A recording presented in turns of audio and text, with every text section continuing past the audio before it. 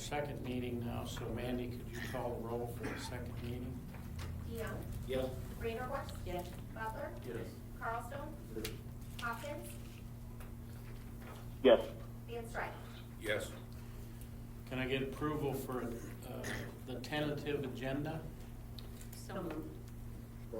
Reindeerhorst, DeYoung, any discussion? Okay, all in favor, please say yes. Opposed, no. Mandy, please call the roll. Reindeerhorst. Yes. DeYoung. Yes. Butler. Yes. Carlstone. Yes. Hopkins. Yes. Van Stryk. Yes. Okay, now we have time for a public forum. Anyone wishing to address council regarding an agenda item, please step forward to the microphone, state your name and address, and please limit your comments to 3 minutes. Seeing none, we will move into the fiscal year 25-26 budget capital improvement program, the rest of the budget that we did get through last night. So, Mike, I'll turn it over to you. Yes, Mr. Mayor. Once again, I'd like to direct everyone's attention to the big board for a presentation of this item. And our Planning and Zoning Director makes his way to the front table, Terry Vitas. I'll go ahead and give a brief overview of the Planning and Zoning Department budget.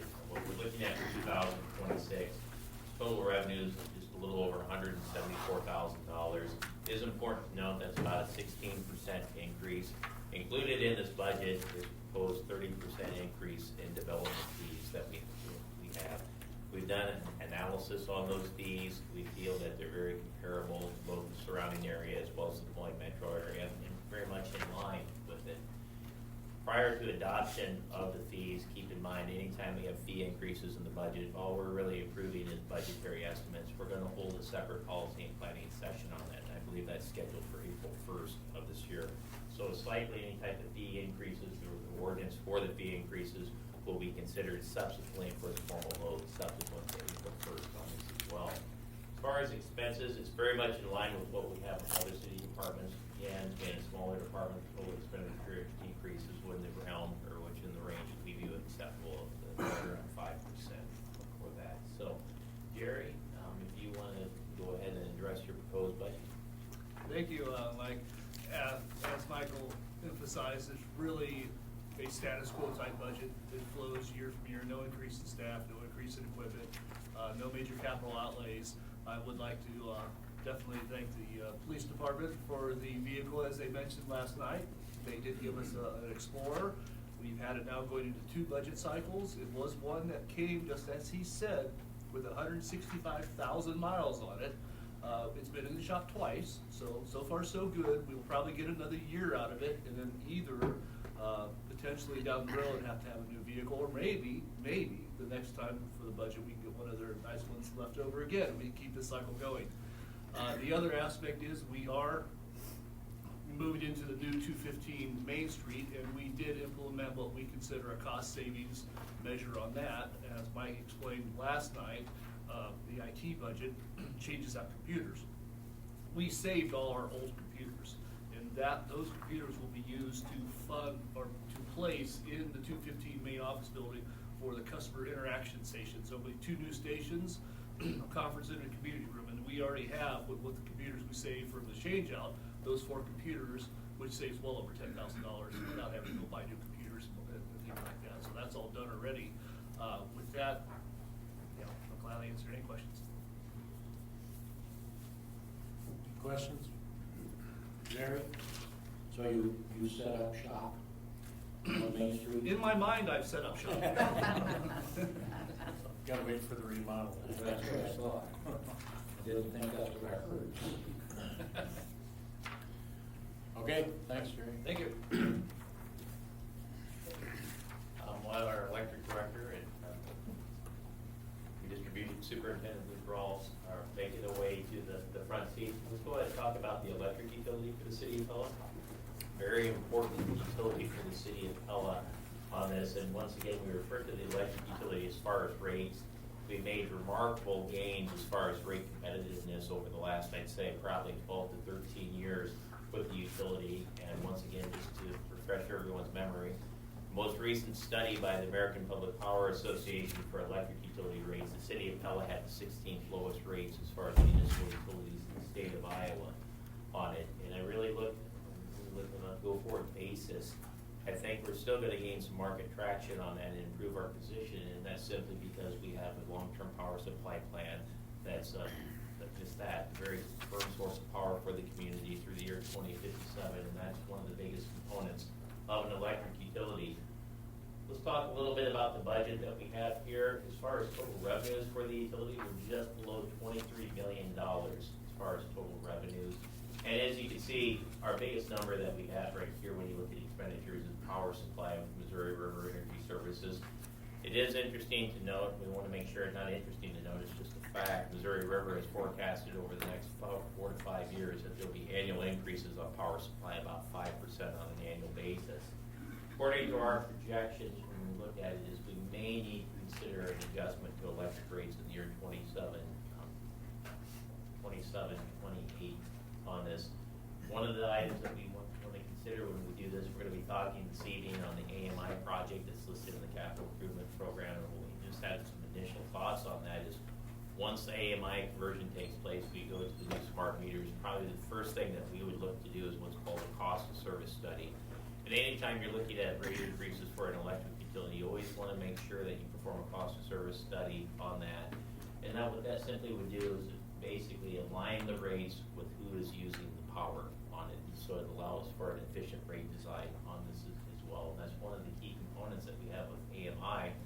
As we talk about that project, one of the benefits to the city is we believe that we'll be able to send price signals to our electric rates that are ultimately going to make our consumers better consumers, or our customers rather, better consumers of energy for the city of Pella.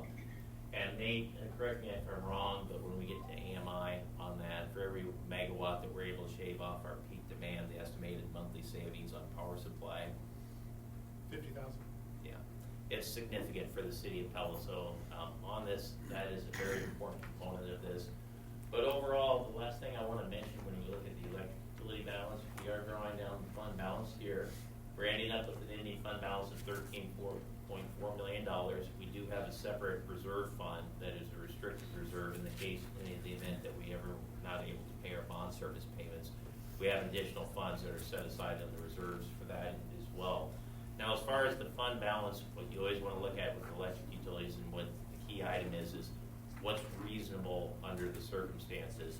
And there's a couple indexes that we tend to look at with this. The American Public Power Association has a formula that computes electric fund balances, and it's based off your load, your power supply, and the risk factors.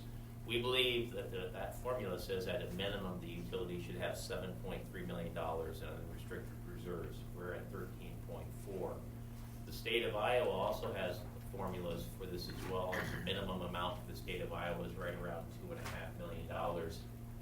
City administration, what we have here, and I hope I'm speaking for Brian as well, looking at it, just an experience with the utilities, what I would tell council is we should probably have a fund balance of about $10 million in that utility, as long as we're in the revenue range of somewhere right around $23 million. That's about 43% right around of your annual revenues for the utility. So again, we feel the ending fund balance is right in line with target on that. So Mandy, let's go ahead, please.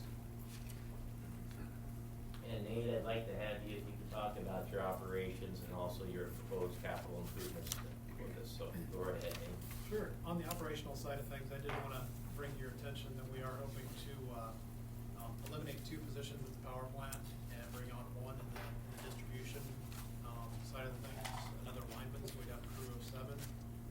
With the unfortunate passing of Mike Norman of cancer a little over a year ago, and a subsequent retirement after that, we've been operating with 3 staff out of the diesel plant. So we're no longer 24/7, but we're 24/5. We've contracted with a third party to answer the phones after hours when somebody's not in the plant, and they've been doing a great job of communicating with our on-call line personnel. That system's been working with very few glitches, but we're getting them all worked out. We're pretty happy with the way that system performs. So I think we're ready to commit to this operations model and having 3 full-time staff out of the diesel plant as we're looking for more efficiencies and finding a lot more work to do on the distribution side of things. So we're hoping to trade 2 personnel for 1 on the distribution side. Yeah. Just to add to that, a little bit of history when we initially converted over from Missouri River, put it in proper context. We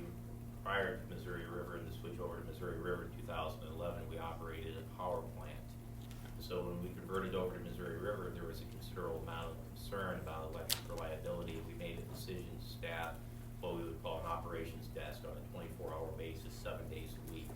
As Nate said, there's been improvements in the systems as far as notification. And what we've also found, and hopefully I'm not speaking this conceptually to that, and going into Missouri River, we've not only had going over to Missouri River, the city at the time made approximately $25 million worth of improvements on the transmission and distribution side of things for the utility.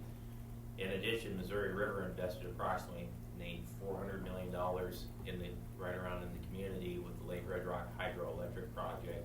With that, and since it's directly connected to our system, you could almost look at that as really a fourth additional transmission line that comes into the city.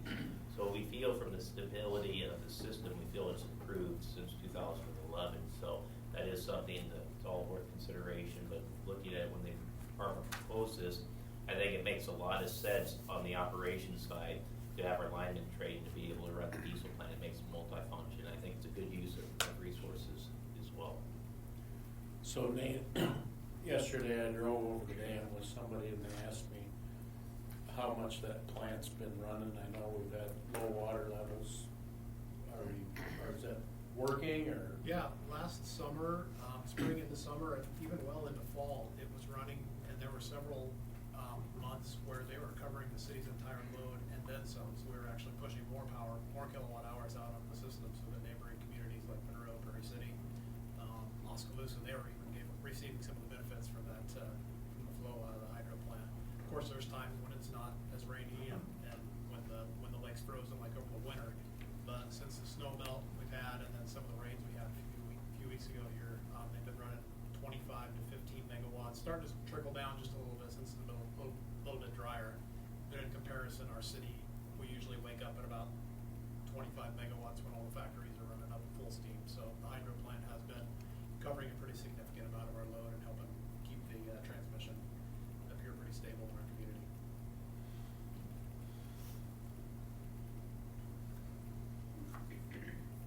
So on to the capital improvement projects. The first one we've seen on there that has been a moving target for 12 years probably, and we're finally seeing that come to fruition in 2026. We had a little bit of a scare with the change of powers in Washington, D.C. here recently, but the mayor thankfully was able to execute that contract here a week or two ago, and now we're committed with Iowa Economic Development Authority to get about $1.5 million of that $2 million in grant funding from the state and the federal government. So hopefully that'll keep on going smoothly as we've seen so far. Not without a few delays, but we're going to try to keep it on track. The next item in 2026 is a diesel plant controls retrofit. We have some money in 2026 and then full funding in 2027. The controls retrofit kind of ties into some of the decisions we made with personnel. With the lower staffing, we want to be able to have a intuitive control system out there, and what I've proposed is we work with Caterpillar on integrating some of their standard controls that they've built up over the years that weren't available when we first built the plant. So we're kind of modernizing and retrofitting our power plant control systems to work more like a Caterpillar system, so that just any CAT technician could come and run our plant. If we have staffing issues, we could essentially contract to run our plant. And what's driving this control system issue is we have a Windows computer. It's time to fall asleep, Dr. Carlstone. We have a Windows computer that's been acting up, and we have primary and a backup. And of course, it's a Windows 2008. Windows doesn't support that computer anymore. And our consultant, the third party that built our SCADA system, the software will not run on a newer modern PC running a new modern version of Windows. So it was going to be a $650,000 investment to have a third party just upgrade their software. That leaves us with still a bunch of old hardware. So I reached out to our engineer at DGR, and we put our brains together and decided that an in-house CAT, fully Caterpillar supported control system would be the way to go. And that's going to help keep our power plant running for at least another 20 years, and that $1.5 million capacity payment that we get every year for it will continue to happen for us, and hopefully increase over the years too. So next thing in 2026, we want to get back on a semi-annual schedule of buying distribution transformers. Our inventory, we built it up pretty well during the pandemic when prices were still pretty reasonable and lead times were somewhat reasonable.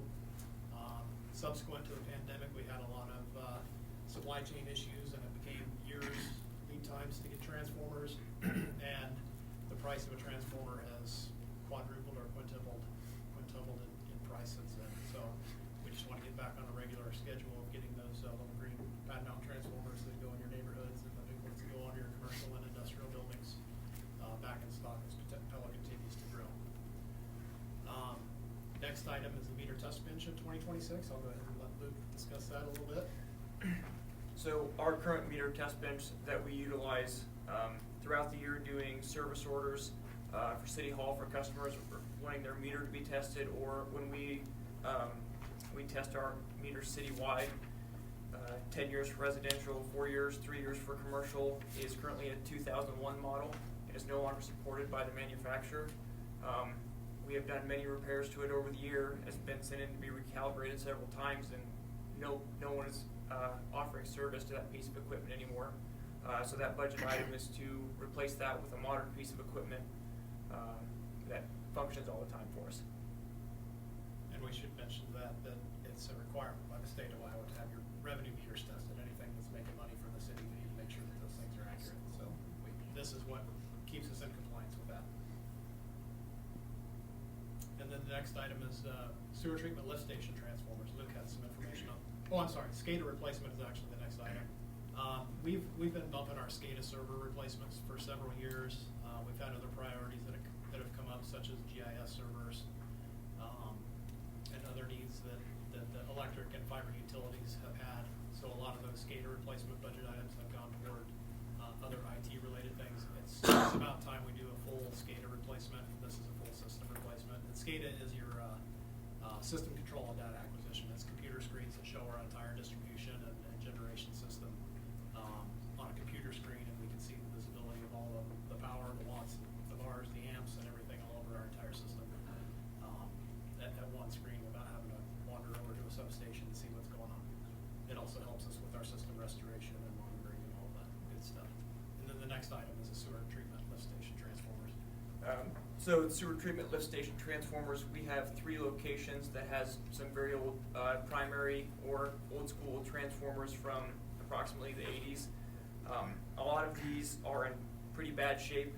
We have been unable to provide a visual open on the primary side whenever we go to work on that. And so it adds additional work for our distribution crew if we were to have to work on those pieces of equipment, and a safety factor.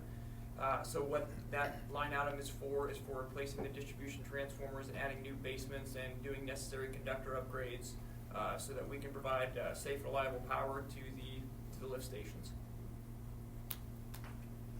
Next item for 2026 is $750,000 earmarked for the south side beautification.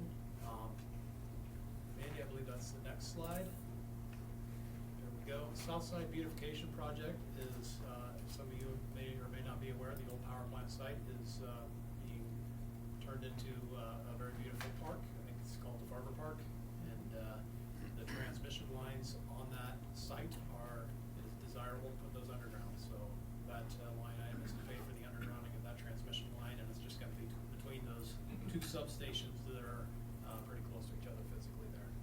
So underground cable is expensive. Underground transmission cable is very expensive. Just to go that short distance is about that price right there. And then the last item we have for 2026 is traffic signal detection. Luke will speak on that a little bit, but we had such good luck with our video detection that we put at the Walmart intersection. I think we want to expand that type of technology to some of our other intersections. So the traffic signal detection, as Nate mentioned, we implemented a video camera system at the Walmart intersection, and we've had very good luck with that, and we found it to function much better than the previous systems that were implemented back when Walmart went in. So we would like to start upgrading different intersections throughout town and just kind of help improve traffic flow everywhere we can. And that concludes our 2026 capital improvement. Nate, so the south side, when is that scheduled this year, the first half of the next fiscal year, or Yeah, it'll happen in the fiscal year '26. so after July 1st sometime this Yep, year, yeah? Yep, we'll do digging. How long a process is that? We'll do digging and we'll have a contractor in there to bore across Oskaloosa Street, so we don't have to close Oskaloosa Street. I imagine the construction month. Yeah, I'd say better. Probably a month of construction, but the holdup is gonna be the cable, which has already been ordered. It had a 62+ week lead time, so I think that is scheduled to show up this fall. So that's gonna be the big thing we're waiting for. Thank you. 62 weeks. Oh, no, that's a little over a year. 62 weeks. Sounded longer than that. Year and a month, yeah. That seems, we're all thrown off with the whole pandemic and the material Only debacle. 62 months. I Yeah, believe. 62 months, yeah. Sorry. That's only for fire trucks. Anybody want to go over anything in any of the future years or anything? I skipped over, a lot of stuff out there, but those will all be covered in detail in the next year's budget process.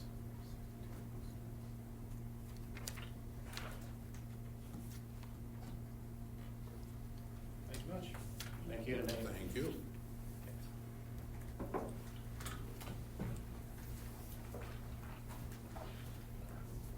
All right. So Denny's making his way up. Just a brief overview of the public works, streets, and airport budget. What we have here from an operational standpoint is just a status quo operational, both on the revenue side and expenditure side. It is important to know, as far as the airport, we are currently, the FBO's contract is due for renegotiation in 25-26, and we're currently working with the FBO on that. We anticipate there'll be work sessions this spring yet on that contract renewal with it, so we may see some changes from what's budgeted. There's the same revenues and expenditures, both on the expenditure side and the revenue side too on that. So we want to make sure council's aware of that.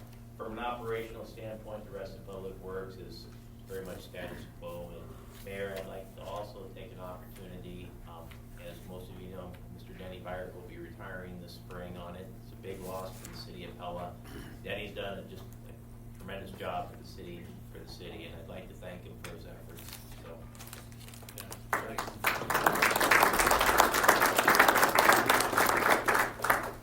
He's just gonna become a full-time fisherman, so. That's the problem Sounds like a today, relaxing- fish biting. Yeah. Not till you retire. we'll briefly go over road use tax before we turn it over to Denny and Doug and talk about street projects that we have here. But for the road use tax fund, overall, as far as the road use tax state funds that we have, it's about $1.5 million. As far as total revenues, when you count all the transfers in from local option taxes, the TIF funds, we're looking at revenues of $3.3 million and planned expenditures of $4.1 million, which leaves us with a projected ending fund balance of $2.8 million, which we believe is satisfactory for the proposed CIP projects that we have for the road use tax funds. So Danny, if you want to go ahead and talk about CIP projects. Yeah, the easiest way out of respect everybody's time, I'll just kind of go with the first year or two, and if you got questions on other years, feel free. And I'm even gonna jump around in order. The biggies near term, of course, Lincoln Street, we've talked about that many times. Sewers dictating it to rise to the #1 project for now. Then you have East Oskaloosa finally coming up in the next couple of years. That's our STP federal dollars that we'll be spending to take the 3-lane on out through the intersection of Vehicle Lane and then 3-lane it in all 4 directions. That does not include traffic signals now. That'll have to wait. You can't use STP money on that until you have actual numbers. And that's probably a little ways off for traffic signals. That'll still be a major improvement, just the pavement width in itself. A couple big overlays that will be joined together 3 years out, that University Main to Central cul-de-sac, and then up above the East Third, the north end, that's also an overlay. Those will be done in the same year for efficiencies. And then that East Third is probably the next on our list. We actually already have that design. You may remember, Garden has it. We're sitting on the shelf. It also has issues with sewer and water, so that'll be another biggie. And then West Third, clear at the bottom, is another one that street's in horrible shape, sewers, water. And along with a lot of these other single and double blocks, you can drive those areas, you know, Burge, Boone, clear on down to, there's some Prairie. You can make argument there's streets maybe worse. Sometimes it's the sewer underneath dictating that it may be, go with that block before the, you know, the block over. So, but we're trying to get into those neighborhoods and make some headway. You'll see a lot of missing curbs and just pavements in terrible condition. A lot of those score in our PCI ratings, which 100 is a new street, brand new street in excellent shape. 0 is the worst. It's almost reverted to gravel, and a lot of these single and double blocks here and there, they're in the 20s and 30s on PCI pavement condition scoring. Is where we come up with that PCI. So, and of course, you know, we had university coming up there, and then the community center alley, which are associated with projects yet to be discussed, I guess, to see what that timeline is.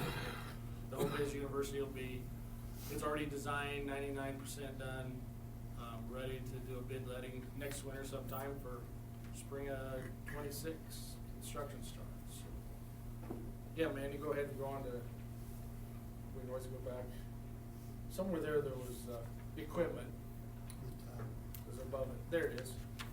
And some of this is just routine replacement. We always try to look at a 10-year cycle. Some of these are already out there 12, 13, 14 years. The biggie is that dump truck in 26. We have the 5 routes, as many of you know. That's a full-size single axle front blade, wing blade, belly blade, sander, solder in the rear, and a whole lot of levers and lights in the cab. So if you ever want to ride one for a 12-hour shift, you're always welcome to. There's a lot going on in the cab of those trucks, and by the price there should be. And then that street sweeper is an extremely important tool. You know, when the weather permits, you see that street sweeper running in Pella more than most towns in Iowa.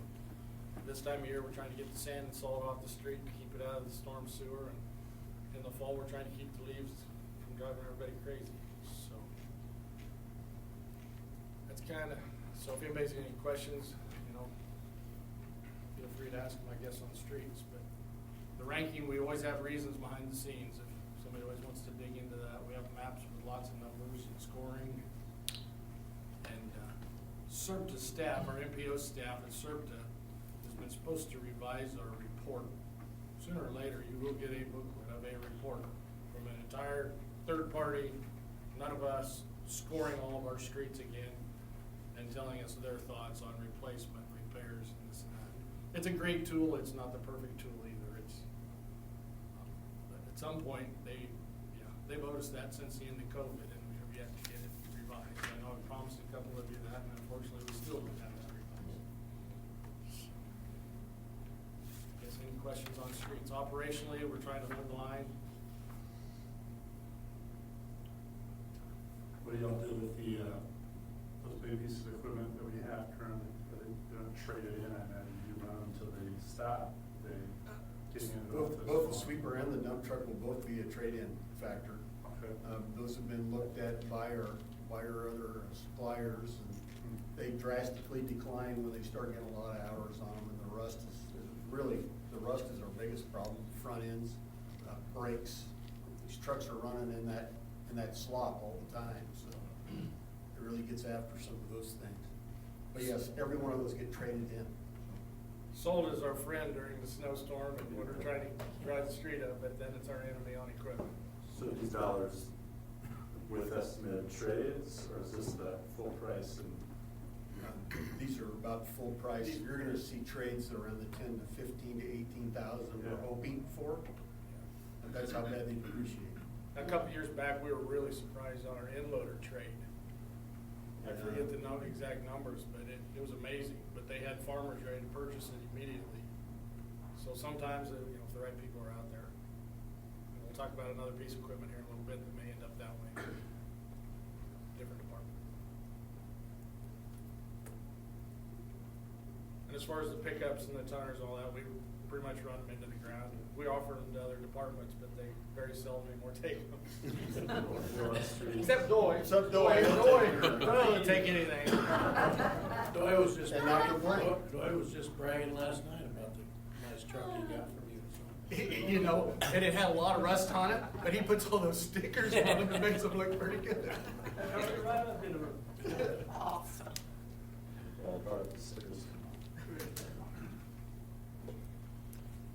So, Okay. move on to a different department, I guess. Thanks.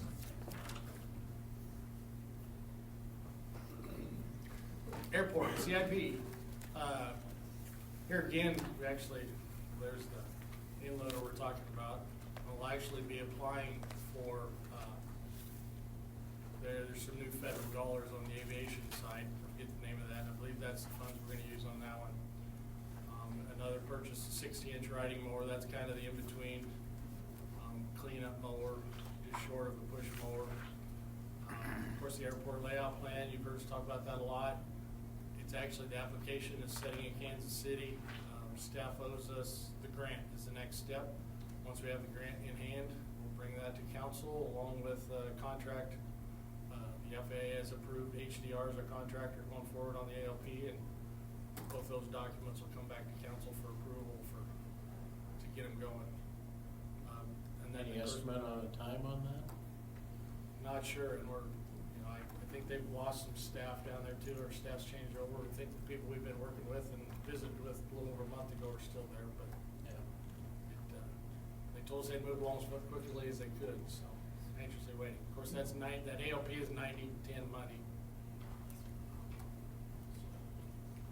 And then, of course, the obstruction lighting, that's something that's needed. I know Shane's been living that around for a long time. And I think some of that you can't even get parts on eBay anymore, if that's correct, isn't it, Shane? It's to that point. Pretty adequate. You can't even scavenge parts anymore. And the terminal building, the windows and doors need replaced. Just the materials are about half of that. And we had that in the budget in the last couple of years, and we were way short of money. So we put that in again. This should cover the windows, doors, and the labor to get them installed. So that's kind of it on the airport CIP. For now, once the ALP is done, there may be a whole lot of activity.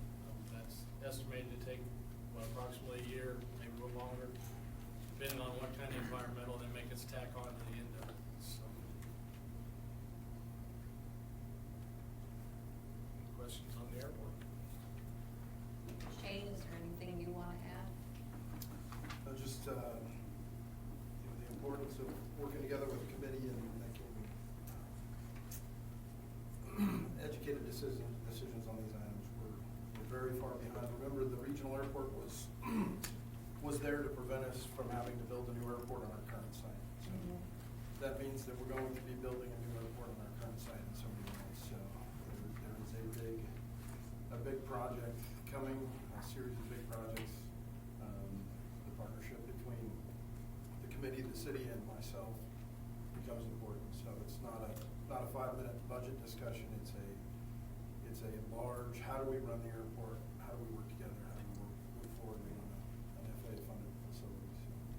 Almost seems like a work session style of meeting to have conversations about the airport authority, and it's like I feel like I'm just speaking for myself that in the effort of time that I never have enough time to completely and utterly understand your department.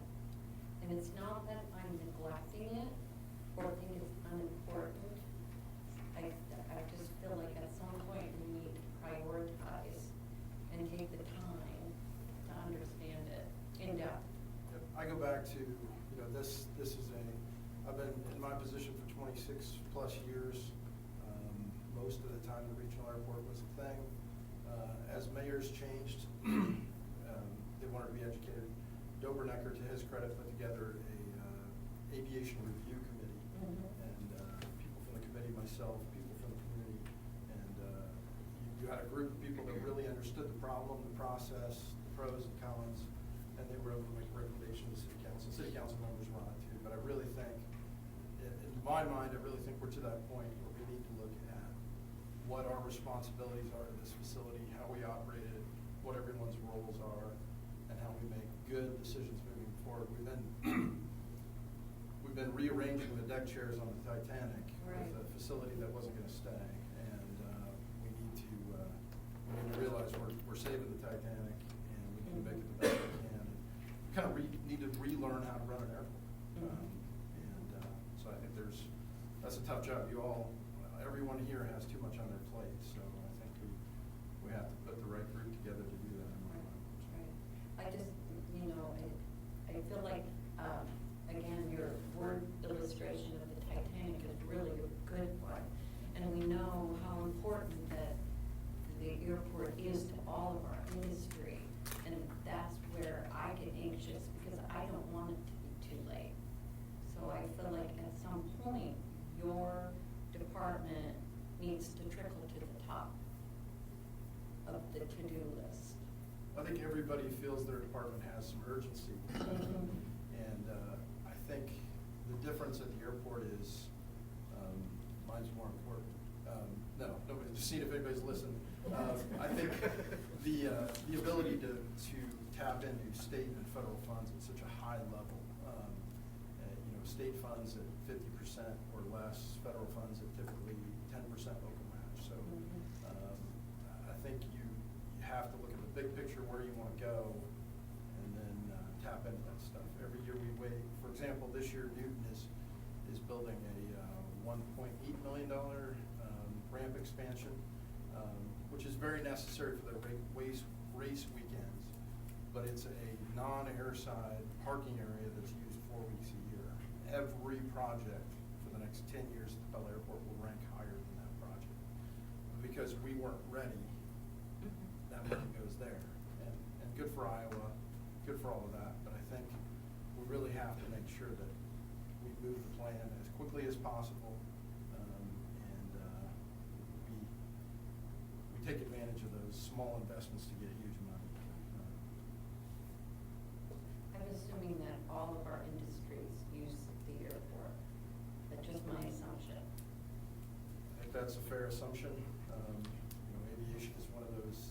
I can tell you that there are 5 jet airplanes on the airport, and the companies that own those 5 jet airplanes employ 6,794 people in the area, roughly, as of 3 weeks ago. So when I look at a number, everybody says, if you build it, they will come. I think that it's a direct connection to nearly 7,000 jobs in the area. I think that's very important. Thank you for that number. That's impressive. Appreciate it.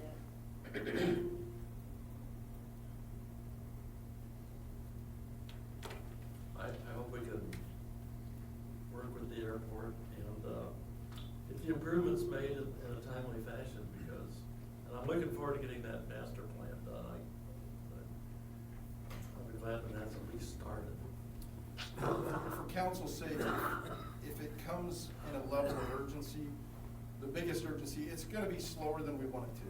But the biggest urgency is the contract has to be signed to get the aerial surveying done, which has to be done with leaves on the trees. So that is our urgency right now. We have to have a contract signed so we can pay $100,000 to the aerial survey folks before the leaves fall off those trees. Otherwise, we're another year down the road. I'm aware. And John, you'll keep us focused on some of these things. Okay, thank you.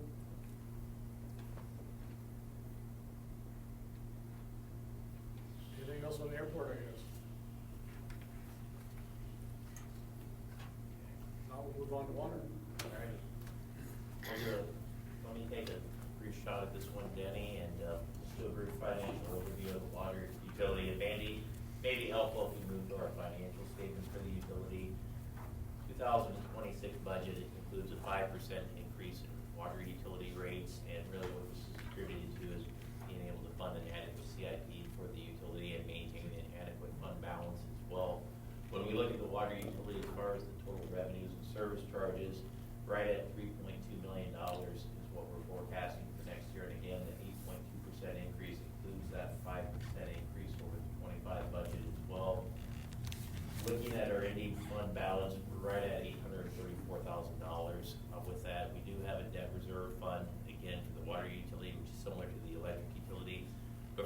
planning standpoint, we call this our unrestricted fund balance. We like to see that number somewhere between 25 to 35% for the utility is what we have. And so that's really the driving force behind the rate increase.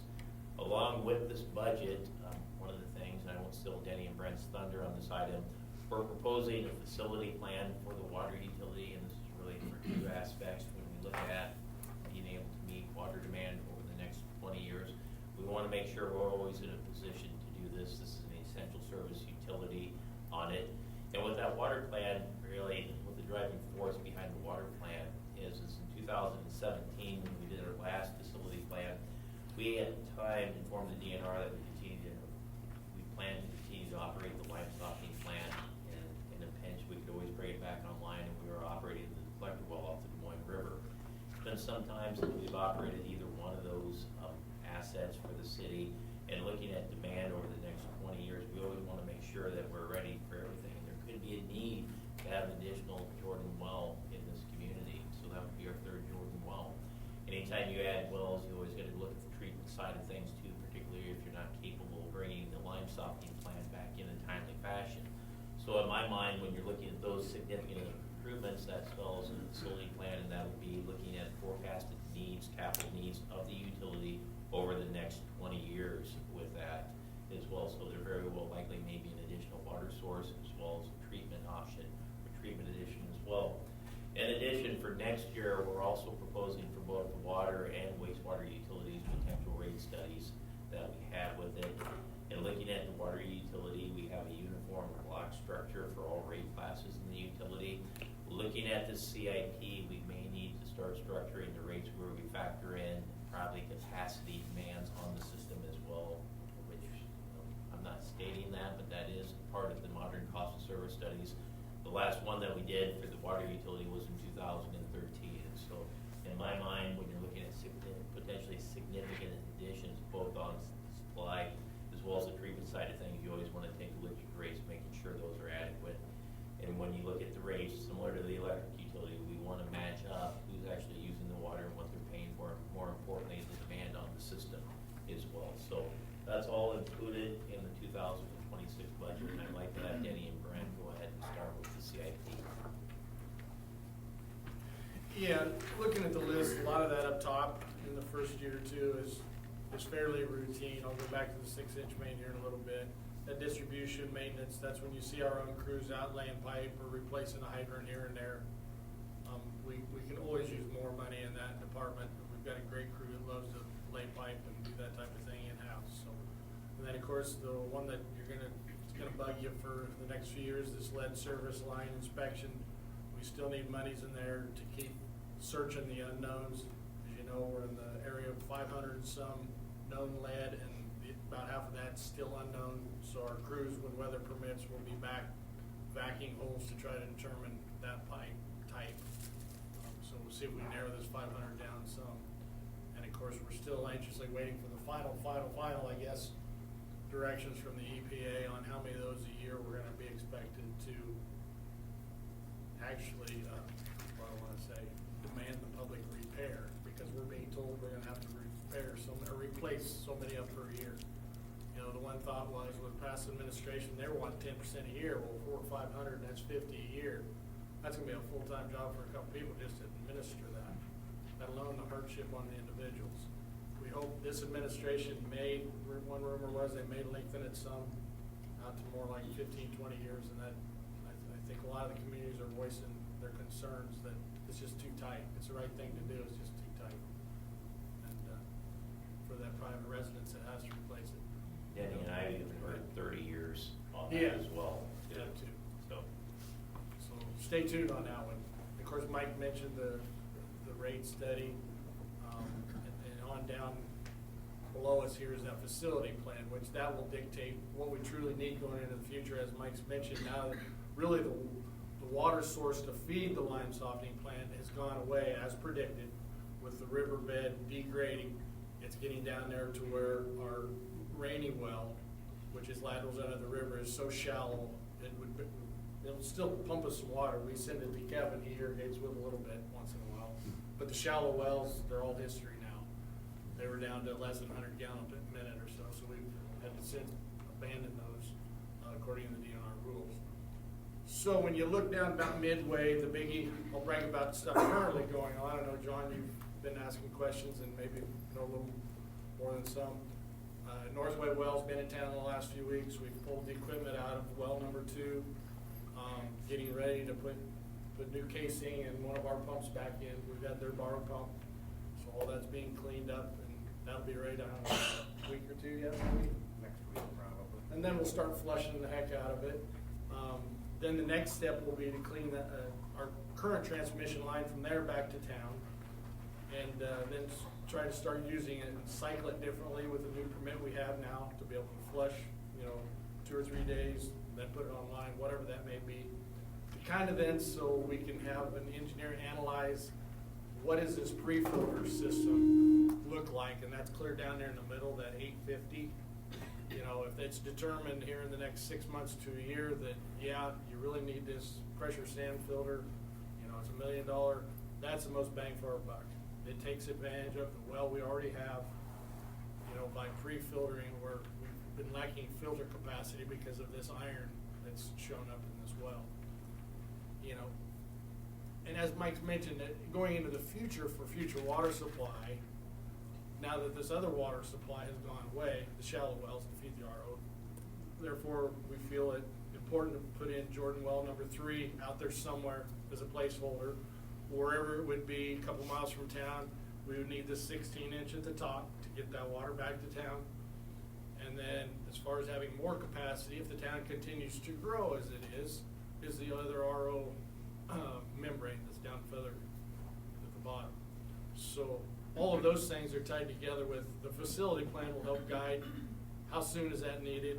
I think once DNR reviews our situation with the shallow wells going away and the lime softening, they're gonna want to see this in the 3 to 5, 7, 8 years on that 3rd well. So, what other highlights we mentioned, Britt? On down below there somewhere, we have the north tower needs painted. What is it yet? 27. That'll be a full tent job. That's why that price is so high. The whole thing will be inside of a tent, so that the sand and the paint, it had the lead paint on the outside, so that it's not inside by the water. It's on the outside. But still, now by federal EPA rules, you have to capture that sandblasting and all that lead paint and sweep it up and haul it to the landfill. So you'll see this gigantic tent if you've never driven through a community that had one. They're pretty impressive.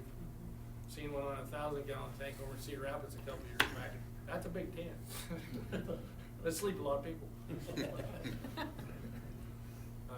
And there's complete skater replacement, mostly plant. Yeah, that skater replacement's new computer. Ours is 11 years old. That's all software, all the new software and everything, and new computer to run the entire plant. So that pretty much wraps us up. There was one in there too. We need a demo house station down at the bottom. We've had historians and everybody look at it. There's no saving that building. It's now dangerous. It's an eyesore. Some evenings you'll see as many 6 raccoons go in and out. I mean, it's just, if the building's separated, there's no saving the old building. So at some point that placeholder's in there. We need to get that tore down, hauled away, the whole field, so. Denny, how long will it take to do the water facility plan? Well, I'd say most engineers would probably tell you 4 to 6 months. And have we got somebody, are we talking to somebody yet, or? That the industry changes, just like the wind. Your superstars in the water industry, all of a sudden they're over with this company, and 2, 3 years later, oops, the really good ones are over here. So no, we haven't started that process. That'll be an interview process. We'll want to get several people involved in picking that person. Okay. Last time we had the perfect guy picked out. He got us about 2 months in, and he jumped ship, went to a different company, and we got stuck with the younger crew. They did a fine job for us, but it wasn't what we thought we were getting at the time. So it was a lot more work for staff. That's out there. All right, so that's gonna happen sort of soon. Yeah, with this approved. I mean, this would be after July 1st. Yeah. Could be be started anytime after that, if council chose. Anything else on water? It'll be interesting, see what comes out of that #2 well. Yeah. Yeah. It'll be orange and icky for a little while. Oh, yeah. It always did.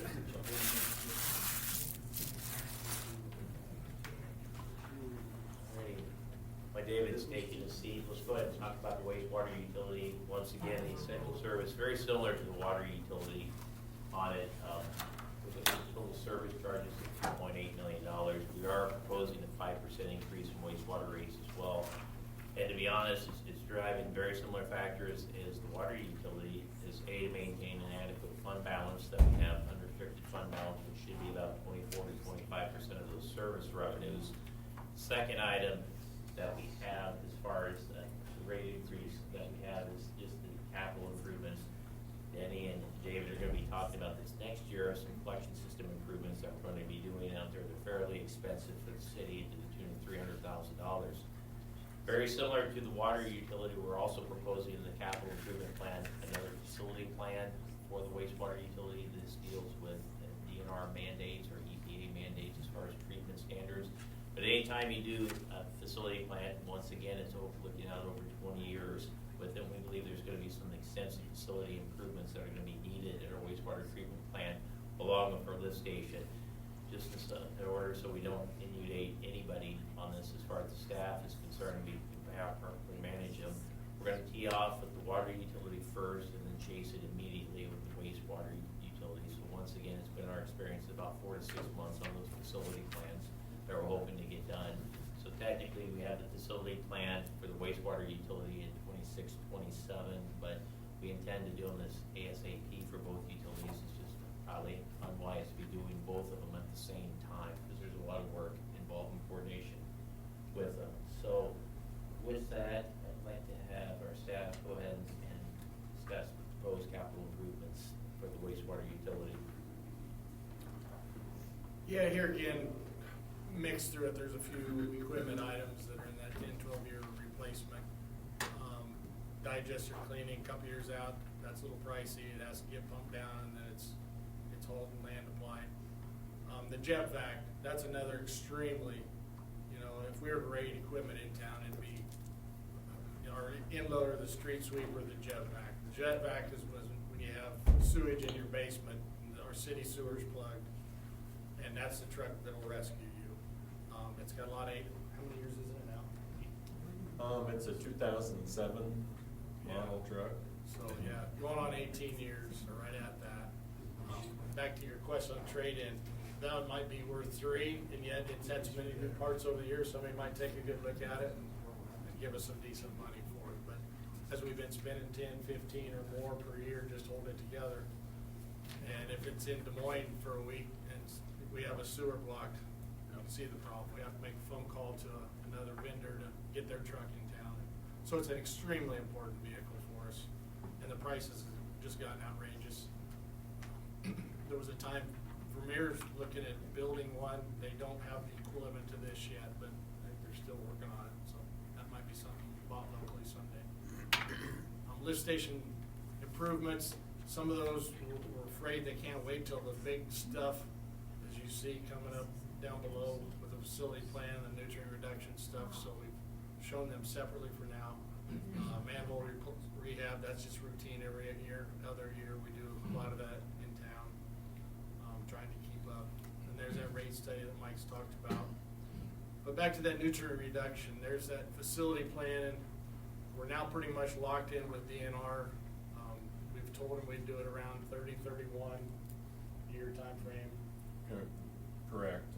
Getting started at around 29, 30, and being fully complete and compliant with the nutrient regulations by 2034 or 2035. So, and that will be a very large project. So we will need time to get the facility plan in place and then get the project designed as well and constructed. So the sooner we get started on that, probably the better.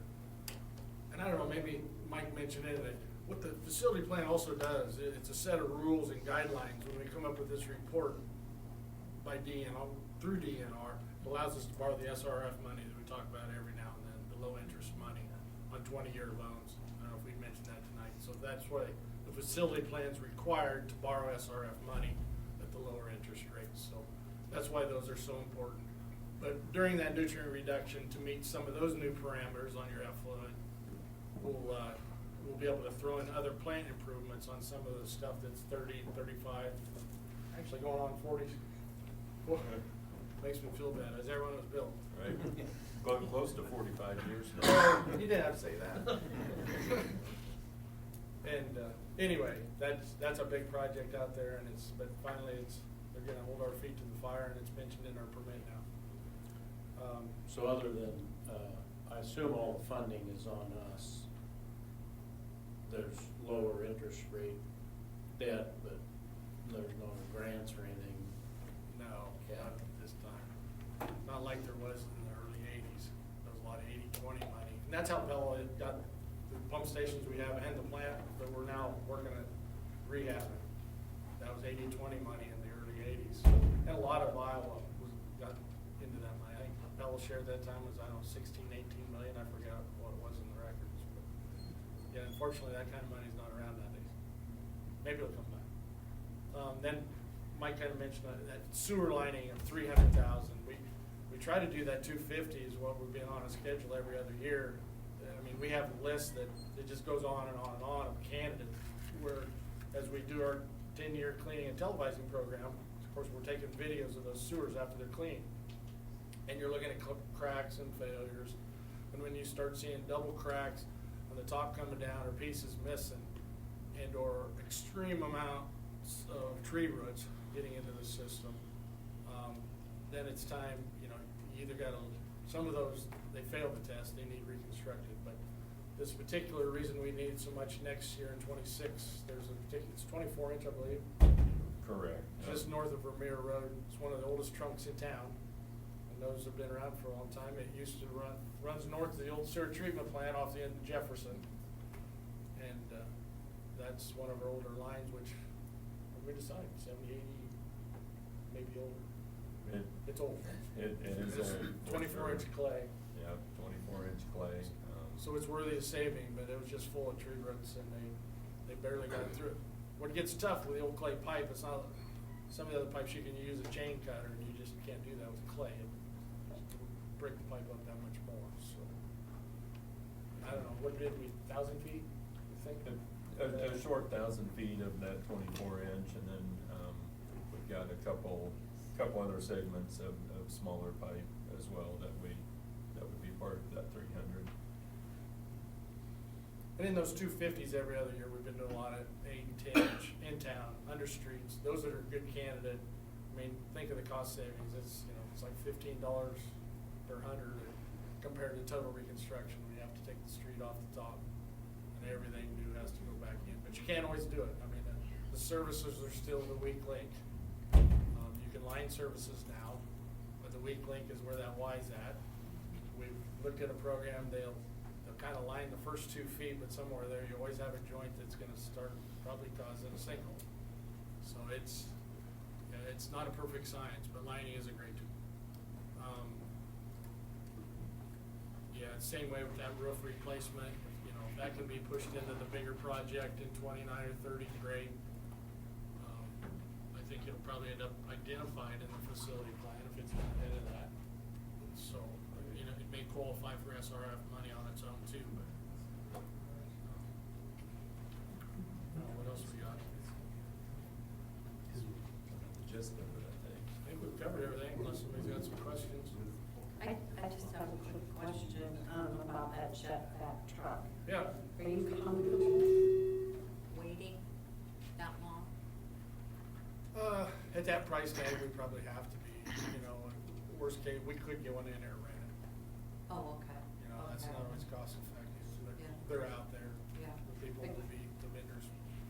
Yeah, we'd love to move it up, but Yeah. I don't know, every time we put 15,000 in the other one, it's like well, if this just gives 12 more months, Problem. sooner or later it won't. Yeah. Just basing it out, thinking about last spring and the rains and the floods that we had in the flooded basement. Just, In the private sector, like everybody would do Vision Sewer, what's the company in Des Moines? HydroClean. Yeah, HydroClean. Mhm. See, when our truck's down, that's, Yeah. we call it HydroClean too. okay, just so there's a plan B. Yeah, it'd be a widespread, like maybe the 93 floods or 08 floods, where a lot of communities would be in the same boat. Yeah, You yeah. know, we don't want to predict one of those, but. Yeah. Just wanted to be sure you were comfortable. Yeah. Okay. Do you ever run into it where the sewer line has potential to be lined, but the water line shot, so you just as well tear it all out? Well, that's a good question. There's a lot of water lines in Pella that are out under the gutter line, unfortunately. So it does involve streams. Since then, in later years, we've gotten a lot smarter. Most of the water lines, the 8-inch mains and 12-inch and all that are back a curve. So a lot of times the water lines can be replaced without street reconstruction. You know, or I've seen some communities too, they'll do the outside 8 to 10 feet just to do the water main if they can't afford the street at the time. So we kind of have a mixed bag. We've got a lot of water main out underneath that curb, I don't know, 3 to 4 feet, unfortunately. And it's usually the older stuff. And of course, the services now can be directional board. You know, we have plenty of capability. KLK, we commonly, we don't want to, or can't dig something up, KLK will just much run across. In the old days, we rat hole, but we put that vibrator on the end of a road, basically, and you just hope like heck it didn't come in somebody else's basement and come in the hole you dug. But we call that ratting. If I could go back to the streets, I know Lincoln Street, I think you said one time that street's kind of narrow. It is narrow, and I don't know, I haven't been through Nate's records yet. I think somebody's missing some documents or some didn't get recorded back in the day. And John brings up a good question, and we'll be researching the next couple of weeks here. Where the sidewalk's at on the north side, I'm open book honest with anybody. The right of way's only like 2 feet behind the curb. The sidewalk's another 5 feet out there, and then there's our transformers, there's phone boxes, and everybody else is out there. But there's, so far, Garden hasn't been able to find any records that's easement or right of way. It looks like So they we're dealing surveyed with- it twice. What's that? It looks like they were out there surveying it twice. Well, they did. We added that east end, don't forget. Oh, okay. We added that east block. But I want to go talk to the Marion County Title guy myself and offer to pay him by the hour to go research this block, concentrate on this. We'll look at some timelines when that plat was done and see, because there's only 30 foot of right-of-way platted, and we're trying to at least, in streets 20 or 21, we want to put at least a 25 back. And you can see we've only got 30 foot of right-of-way, you know, and so stay tuned on that one. We may have further discussion. It's, because it's tight, and it's deep too, digging, it's gonna be deep. We're gonna be backcasting, loading trucks and hauling it out and then bringing it Goofy back street. later. It is a really goofy street, but unfortunately, the sewer's not good. It's already collapsed once. Right before Tulip time, 3 years ago. So, we hope that doesn't happen. It was like a $30,000 or $40,000 spot repair when it does. We've got 2 or 3 other areas in that stretch that look similar, only deeper. We're anxious to get that one Okay. out for bid. Yeah. But we do have this right-of-way issue. So we'll be talking to neighbors if we don't find something. It just, I can't believe all that stuff's out there without documents, or did they not get reported? And then we got a legal question. You know, then we might have to talk to the attorneys about easement by prescription. Because all this stuff's put in there. Do the residents want the sidewalk put back? Because it is right now, if there's nothing there, we don't have a right to put sidewalk back. So. Now you know more about that than you want. What's that? Now you know more about that one than you Yeah. probably want. Well, it's an old part of town. It is. Yep. So, Usually though, we have enough room, but Because we have other streets in town where we have a sidewalk only on one side. yeah, it was common in Pella for a long period of time. They went through a period of time, they would assess the one side to both sides. Mhm. don't think that made for some good arguments. And now when they fail and the neighbor across the street, the guy says, well, he needs to pay my half, they don't go for that nowadays. You can't say I disagree with him. That was crazy. Well, there's still some spots without sidewalks on either side. Yes. Monroe Street. Go right away. Yeah, the others. Well, they allowed houses to be built up and down and Yeah. didn't even keep the right of way at the grade. That's a problem there though, on Monroe. They must have let, Cause you've got a creek and then on the other side, it's right to a building. yeah. There must have been some Norwegians or Swedes in town for a while. Scandahoovians. Couldn't have been the Dutchman. Be careful. Anything else on wastewater?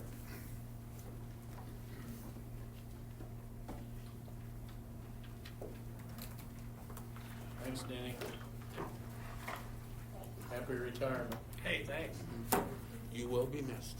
You did a great job for a long time for the Thank city you. of Pella, so appreciate it. We'll jump in, we'll talk about the library services, while Tina's getting your documents ready. As far as the budget is concerned, we had a dip in expected revenues for the next year, up to 51,000 from 54,000 on that as well. Overall expenditures are up right around 4%, which is similar to other city departments. So again, with the 2026 budget, it's due to the state property tax reform. It's been a very status quo budget for almost all city departments this year. In fact, all city departments, status quo budget on it as well. So the library is no exception with that. So I'd like to go ahead and turn the floor over to Tina. So go right ahead. Thank you. Because the library is not a big revenue generator and we really don't charge a lot of fees, I thought it would be helpful if I highlighted the city's return on investment for the library. So approximately, for every dollar that the city invests in the library, we're providing about a $5, actually more than a $5 return. The city investment is approximately $75 per capita. And as we know, not only residents in the city use the library, but also the county and beyond. Pella has the highest per capita circulation usage in our library stats grouping. So we're grouped in Group F for statistics, which is 10,000 to 25,000 population. So you'll see that the max is 18.56, which is Pella. The average is 9.15. So that's pretty significant, knowing that some people feel that circulation is going down, and it has gone down since COVID, but overall our circulation is very strong in Pella. And if we look at it, circulation by cardholder, it actually goes up a little bit, where we're lending out approximately 20 items per cardholder. So we actually have more cardholders than we have residents in Pella. Visits per capita, we're also above average. We have about 9 visits per year per person. The average for, again, our grouping is about 5.29. And one of the things we do in the library is we show you how much you're saving. So here's my recent checkouts. I didn't want to violate any privacy. So you can see the books that I have checked out is saving me about $134 if I would go to a bookstore and purchase them myself. And that's based on essentially what the library is paying for books, which is generally a little bit less than what a consumer would pay at the bookstore. So hopefully that gives a little bit perspective on the return on investment that we do provide for the city. If you have any questions on that, I'm happy to address those. Could you just kind of walk through that per capita circulation usage? Define what that really tells us? So what that means is we base it on population because that's kind of an easy indicator. That's why I also put cardholder up there. It essentially means if you're looking at all our circulation, so whether it be adult books, juvenile books, children's books, videos, audio, whatever we have is included in there. So on average, we are lending out approximately 19 items per person in the city of Pella. On an annual basis? On an annual basis. Now, that doesn't, we know that of our approximately 11,000 citizens, not everyone is coming into the library and borrowing. So, like mine, I think I have 5 items up there. That's probably what I'll do for this month. Hopefully I have enough time to read them. I haven't really cracked any of those books yet, but, so we have some people who are in there regularly. So like visits per capita, I see some people in the library on a daily basis. Then I can probably look around the room quickly and say, I haven't seen some of you in the library at all in the 2 months that I've been here. So that's just one indicator. We can also do it by, like if you look at the city invests $75 per capita per citizen essentially, but then the return on investment, so if you use me as an example, I'm already getting almost double my investment there. Is that how you figured the $1 in and $5 benefit? There's a nice little website called What's Your Library Worth Calculator. So it's hard to get an exact number because, and the way I did it is if I put in all our circulation data, our programming, electronic resources, which are actually more expensive than print resources, so I always like to deal in the physical much more. But putting all those numbers in, it came out to almost $4 million.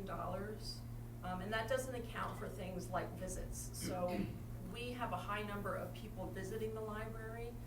So you have to kind of account for that too, and that calculator doesn't really have that much in there. But if you also look at things like our library of things, so we don't loan out just books, we loan out a lot of different kinds of things. So if you look at our library of things, we're looking to expand that. So one of the issues we're seeing with we have a very popular video collection, but not a lot of people have DVD players anymore. As streaming prices are going up, subscriptions are going up, we're seeing a stronger demand, but people are saying, I don't have anything to watch this on. So we're looking at getting some portable DVD players. Now, if a person would go out and buy one of those, it's probably going to cost them $100. We'll probably loan that. I know at the library that I worked at previously, we loaned that out probably 1,500 times throughout the year. So again, pretty good return on investment for that. I just hate to have to plug it in every time I want to use it. Find where it goes in the back of the TV. Anyway, okay, well, thank you.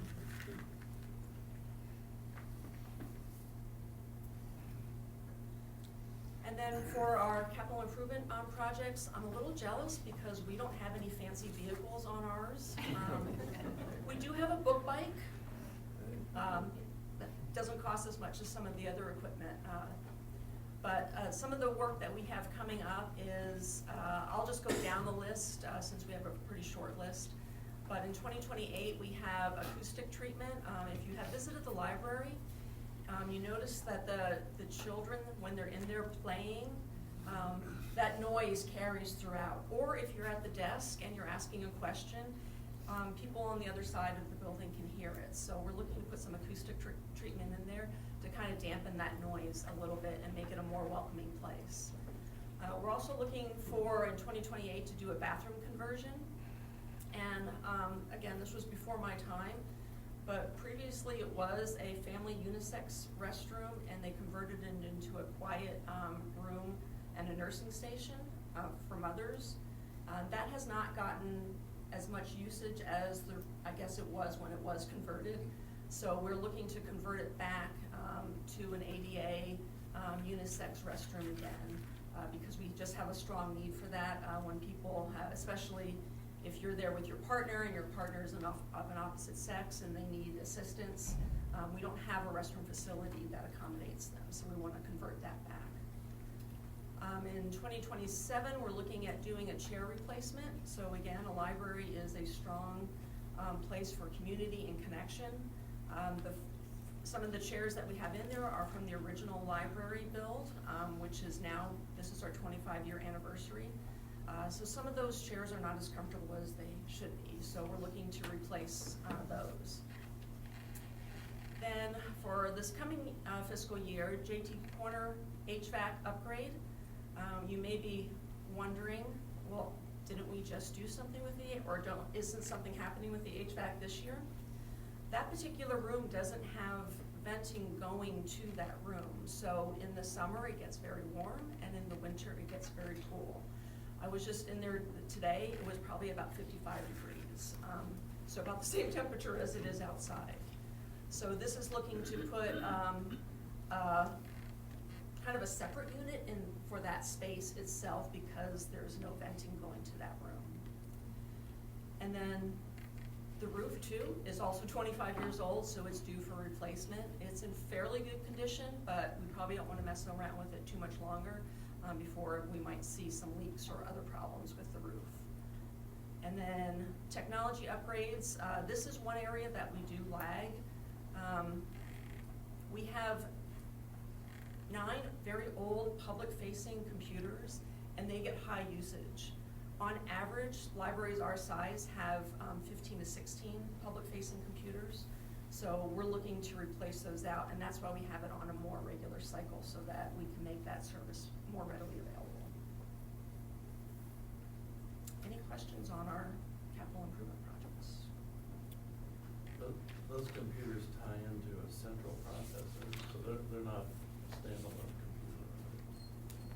They are standalone Are they? computers, yeah. Yeah, we don't, we have public Wi-Fi, so some people connect that way.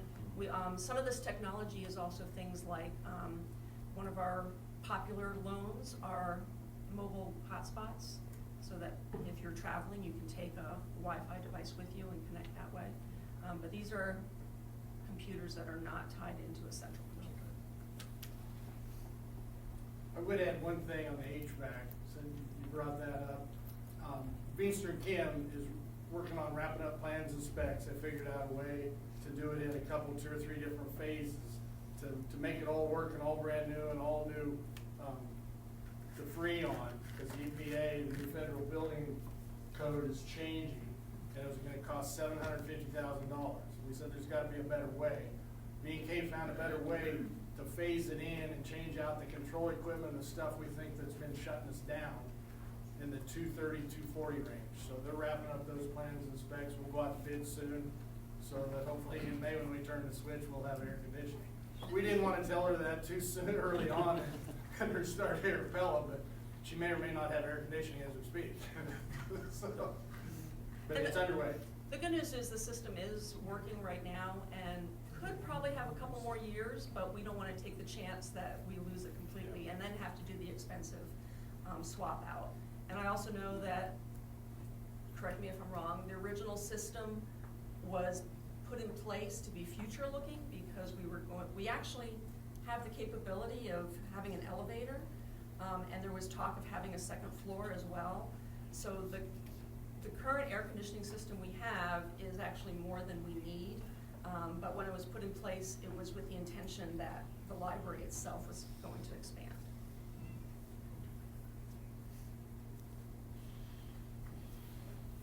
All right, any other questions? Thank you and welcome to Pella. Thank you. Glad you're here. If you want to have a fun experience, you want to drop in there when they're having kids' story hour. What a zoo. Yes, because we've outgrown that room too. So now they're meeting in the meeting room.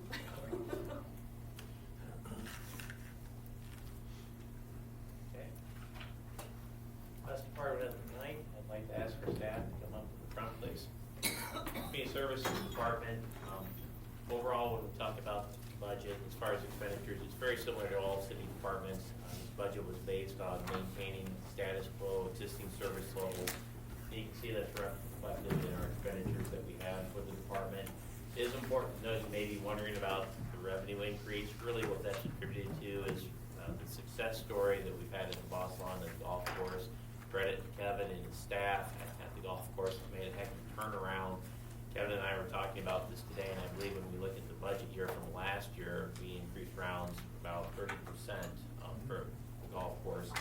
In addition, based off our success, staff also felt that there's room in the rates to increase rates on it. So when we look at golf fees for this year, we had not only an increase about 6% in golf fees, but just trying to make up with what we've been doing actually at the golf course.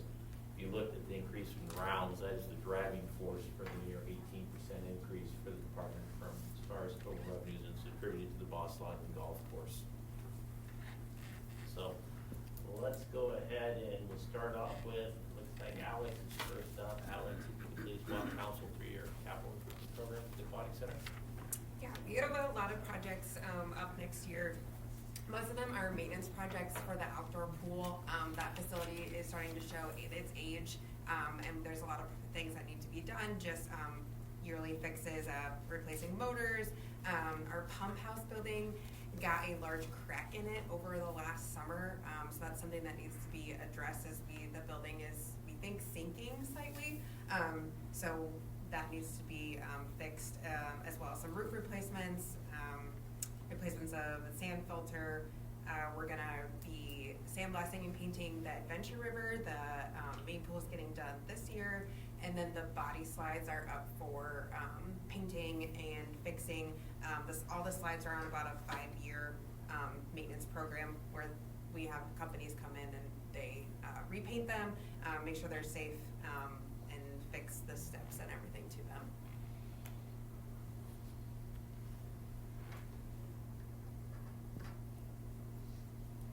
Question on the Aquatic Center. Before we go off on the Aquatic Center, I always like to take a chance and just recognize the job well done. But if you ever go out to the Pella pools, I always tell people that it's different than any other municipal pool you've probably been in the state. And Alex, I know we've had some stories with our Ellison Associates and our recent rating that we received on it. If you want to update council. Yeah, we did. We got a gold rating for 2024, which means we are in the top 21% of pools. That means that our pools are some of the safe pools in the whole entire Ellis system. So that is one of the first times we've gotten that in the last couple of years. So that was very exciting. Congratulations. Yeah, well done.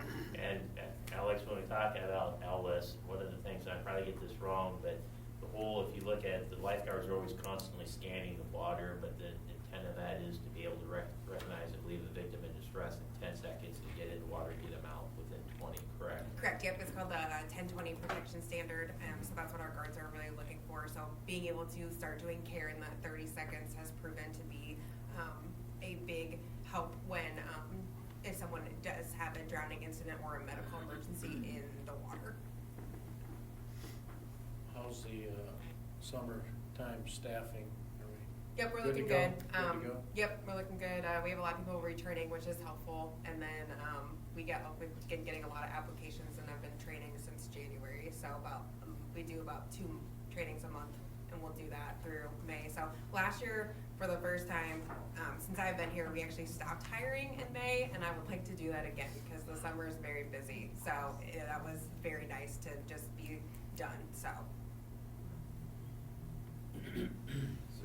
Is there any maintenance necessary on the indoor pool? Yes, there is some projects that we need to maybe potentially look into.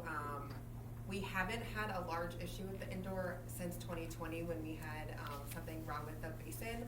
So we haven't had a major renovation issue since then. Okay. So, but nothing's listed here for the indoor pool? Correct. Okay.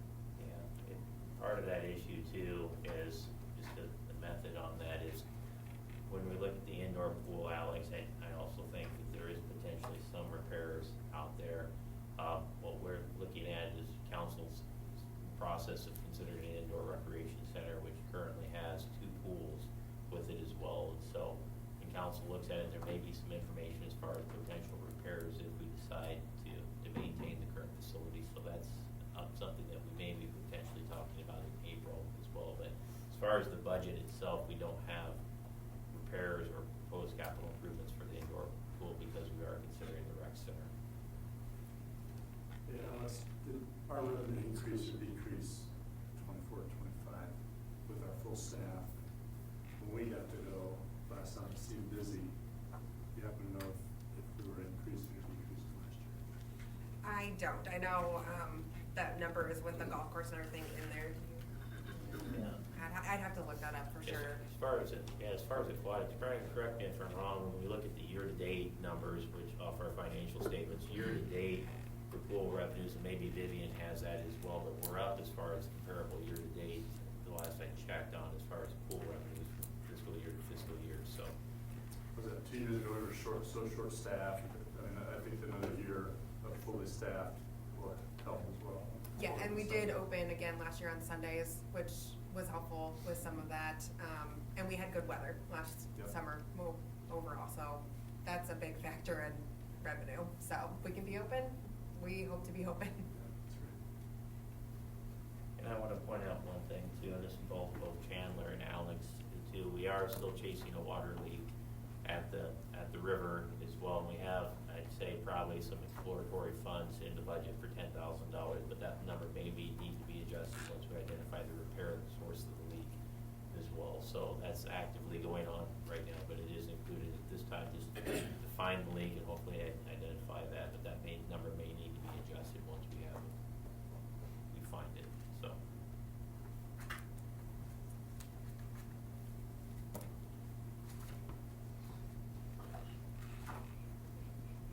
Okay. On. I'd like to turn it over to Mr. Voss to talk about the city's sports park as well as our soccer complex as well. And then I'll chime in, Kevin, on some of the repairs that we have in the later years. So if you'd like to walk council through those, please. Yeah, you bet. As far as 26, the capital items that is there, is just a replacement of the soccer goals. We have about 20 pairs of goals that we are replacing. So we're doing that every other year. Some of the bigger items, down the line here in 28, those are going to be a lot in the soccer field area as far as the irrigation, the parking lot addition, constantly seeing with our events and also just regular fall play where we're seeing overflow parking into the grass area. So, and that's beginning to get torn up quite considerably. So, and Mike, if you want to talk about anything else, go on. And Kevin, help me out here. The method to the madness, this year we're going to be replacing the irrigation system at the soccer complex. And a few of these items that we had, such as what Kevin mentioned about the parking lot addition, with the recreation center, what's included in the base plan is roughly 230 additional parking spaces for the rec center. Then we have an alternate for the rec center for about 160 additional spaces as well. So we put that addition, the parking lot addition for the sports complex out for future years. And then we also looked at the request by the department for the irrigation system out of the sports complex too. And this is for the area of the multi-purpose fields. Not that it's not needed, but our thoughts was once we get the irrigation system done, completed, have programming adjusted at the fields, we'll go back and reevaluate these requests. And the reason we listed them out in 2028 is depending on how bond council looks at the improvements, whether they're separate projects or they're lumped together if they're needed out there. Some of these may require a referendum by the community as well. And Kevin, if you could also help me out here with the soccer facility, I believe there's some items too that the department had. Very similar story when we look at the soccer complex. Our thoughts were, let's get the irrigation system replaced this year at the complex, evaluate things, but they did have some additional items at the soccer complex, and so we listed them just as a placeholder for 2028 and a potential bond issue as well. So Yeah, some of those items for the soccer complex would be the field lights, working on some of the bathroom, the restroom amenities upgrade is getting, it's originally, the complex was built in '93. Some of those things are starting to nickel and dime us. And then we're also looking at some of the spectator seating, the scoreboard, and some of the overall other amenities around there that the user groups use. So all that together is around that $775,000. And that will be kind of depending on how everything goes down the line. before we get too far away from the athletic complex and the programs, in our cover letter, you may have noticed that we also had proposed recreational fee increases. And what our thoughts are, and Brenda's done an excellent job, and the staff has done an excellent job, by the way, of pulling this information together. Brenda coordinated it all, got it over to us. But they've done an extensive amount of research on fees for recreational programs and services by the city. The department does. What we have that tentatively teed up for is January of next year, the potentially increasing those fees. And our thoughts were on a few of these projects, such as the soccer complex. That project's able to get done in 2025 and we start playing on the fields in 2026. We want to take a look at some of the service fees that the city provides on these as well, because we believe they could be adjusted. That's obviously a policy decision by the council.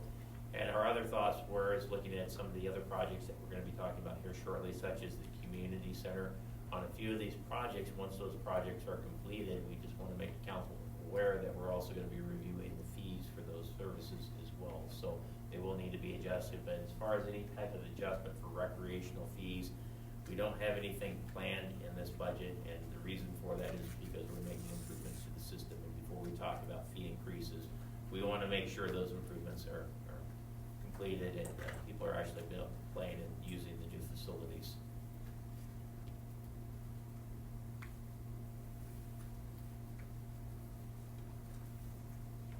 Okay. Okay. Kevin, I'll take a short stab at this. Staff has done an excellent job at the golf course. If you haven't been out there, it's been a remarkable turnaround. Sometimes when I drive out there and take a look at the parking lot, I say, whose golf course is this? Honestly, it's been a long time coming. They've done a yeoman's job with this. Rounds are up, members are up with it.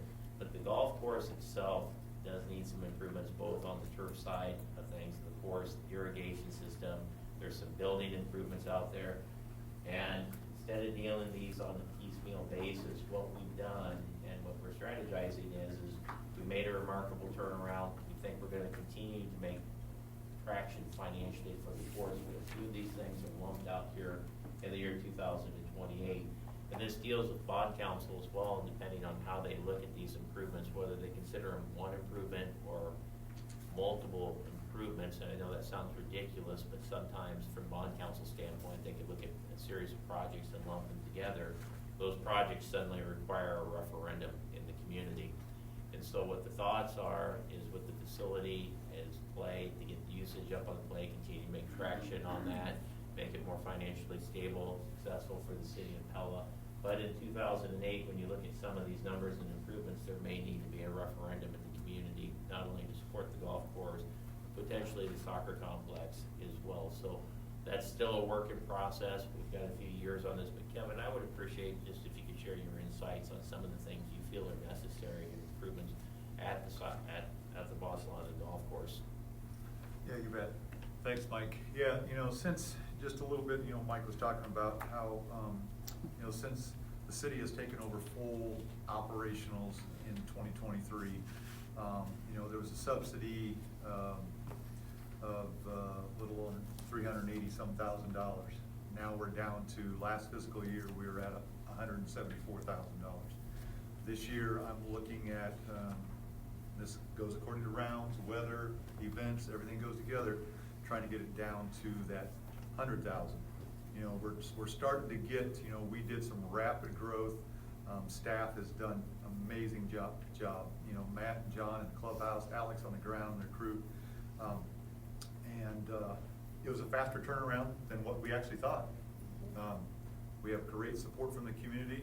Thank you for your support and the trust to be able to do some of these things. It's practically been awesome, and fun to be around. So, but obviously when, this course was open in 1993, so a lot of things over the years going through different management firms. Things were kind of going up and down. All the capital items got pushed on the back burner. So now we're dealing with a quite aged course, and some of those things are catching up to us. Hence there's even more on the list that Mike doesn't even want to see this. Him and I have talked. He knows a lot of what I'm thinking there. But some of these are the major items. The keys that we need to operate on the grounds is the irrigation system. If you don't have an adequate operating irrigation system, you're not going to have a golf course, at least a quality golf course, what we expect and what the community expects. Another thing out there is bunkers and cart paths. Some of those not grand and glorious, but they are in disrepair. The bunkers are not draining their original bunkers. We do a little bit at a time each year, trying to fix one, maybe two. We're working on removing some, also some of those bunkers. We do have a plan for that, but those are expensive. A lot of earth moving, a lot of new things coming in. Backing up to the irrigation system, just to be clear that, you know, the $10,000, that's just to buy, replacing a valve or two and some sprinkler heads. $18,000 is for some construction documents, some planning for the big 2028, if so be it, that goes out. That $932,000, that's basically for a computer control system, field controllers, sprinkler heads, and the pump station. That does nothing with the piping, the mainline piping, the laterals, or any other isolation valves. I would like it to be that way, but that number's a lot higher. Kind of scares you. $3 million, isn't it? That is correct, 3.2. I'll say it. You'll say it, thank you. Would I like that? Yes, to be adequately, to be more efficient with our watering, and to, just as of today, after talking with Alex and his frustration of starting up the system today, or over the yesterday and today, we've already had one valve fail and three leaks in 1.5 days. It's like, here we go again. So, you know, staff keeps going at it, keeps making it work, which we will. So, just to be clear on that. The other kind of items out there is just going through, you know, like whole renovations on 10, 17, 18. Those are kind of the picked out holes there. Mayor and Mark, you play out there on a quite regular basis. Some of those holes, some of those are designed way back in, you know, 90, well, before it opened, you know. We're trying to modernize it and to be more user-friendly. So 10, 17, 18. 18 for a finishing hole. I'd like it to be a little more aesthetically pleasing, a little bit better playability. So we'll get there. It just obviously takes time, money, and commitment.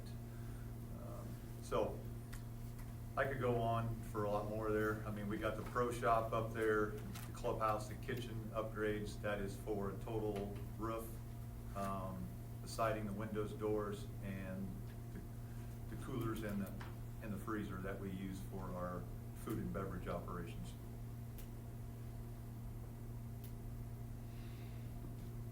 But would that involve rate evaluation as well then? What's that? With these kind of big capital improvements? Yeah, ideally, Dr. Carlstone, that's a good point. Rate evaluation is always necessary. Ideally, if we can continue to make traction, the ideal goal is to start an enterprise fund and have a golf enterprise fund where the operations are supported by just revenues off the golf course. That would be an ideal world. Whether we're able to get there or not, that could be challenging, but you are correct. We'll have to evaluate rates on that, and that's all part of this evaluation and the CIP out here. But at least my position on these improvements is, let's give ourselves a couple of years to get the operations out there and evaluate these improvements. And then when we get out to 2028, for both the soccer complex and the golf course, we'll have some decisions to make as far as improvements and how we go about funding those improvements.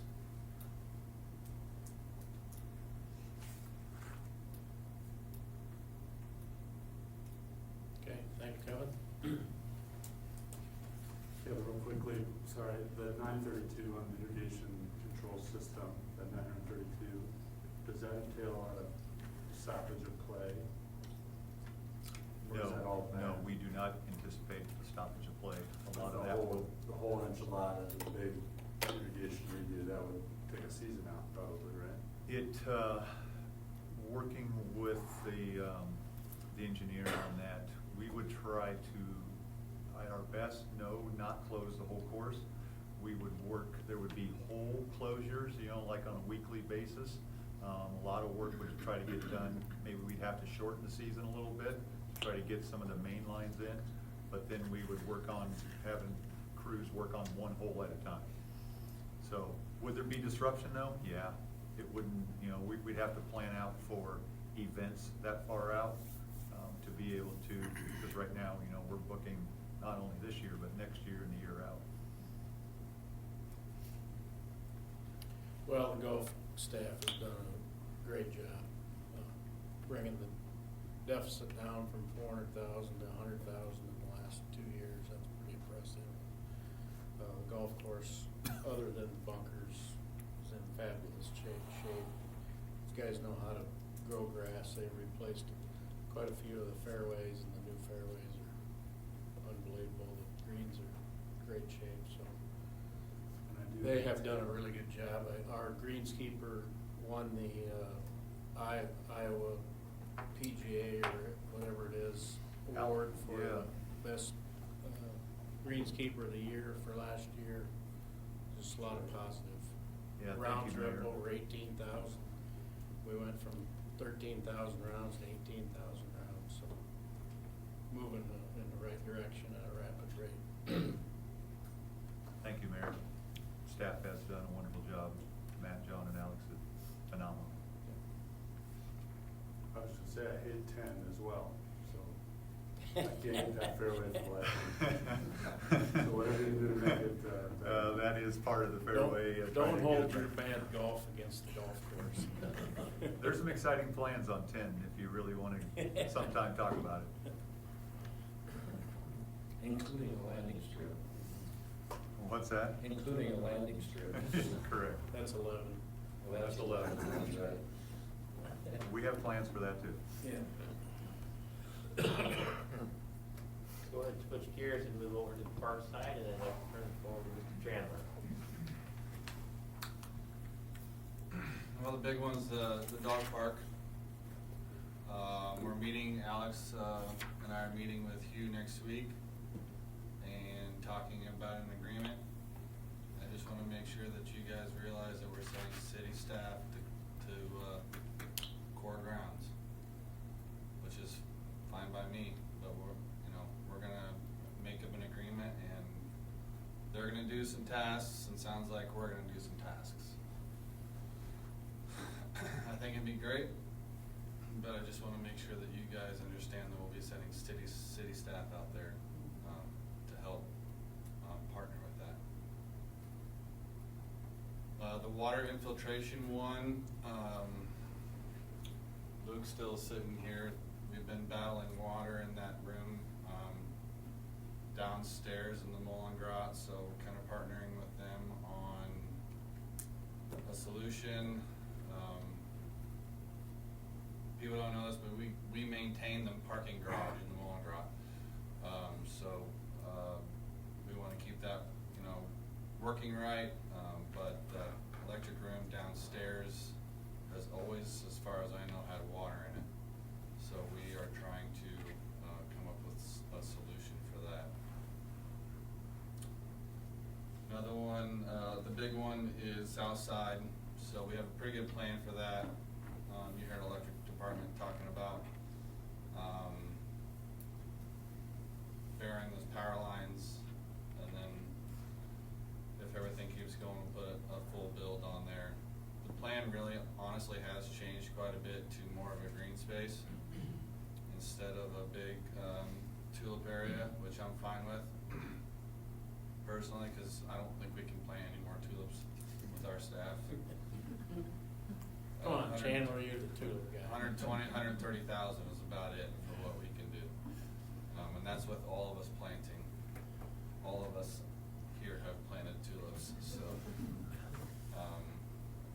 I think it's gonna be an awesome space. I do hope that we put restrooms there if we do it. There's some other, a new one that I threw in there is trimming of some trees. When you stick 100,000 people in downtown area with 100-year-old oaks, we really need to get those trimmed up professionally. And we'll be starting with that in Central Park and doing some other areas. I get very nervous when we have storms and we have an event like Tulip Time, and you have a lot of people under trees, and I really want to see our big historic trees in our downtown areas maintained.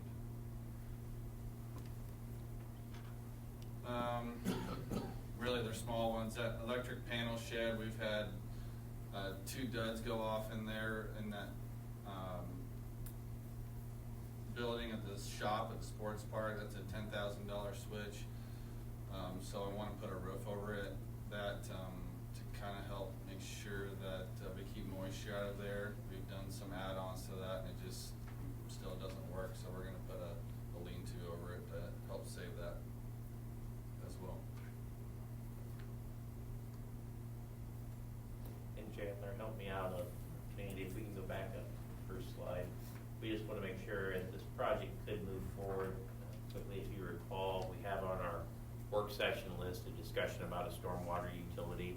And talking, Chandler's been really helpful on this, and it's been an aspect I didn't anticipate with the stormwater utilities potentially, but when you look at these stormwater detention ponds, such as Caldwell and Sunken Gardens on it, they would be excellent candidates to be funded with a new stormwater utility. So we've stuck them out there. It doesn't necessarily mean they couldn't be moved forward, but when we talk about the stormwater utility improvements with that, we're also going to be talking about potential improvements to our park system that could be associated with the stormwater utility as well.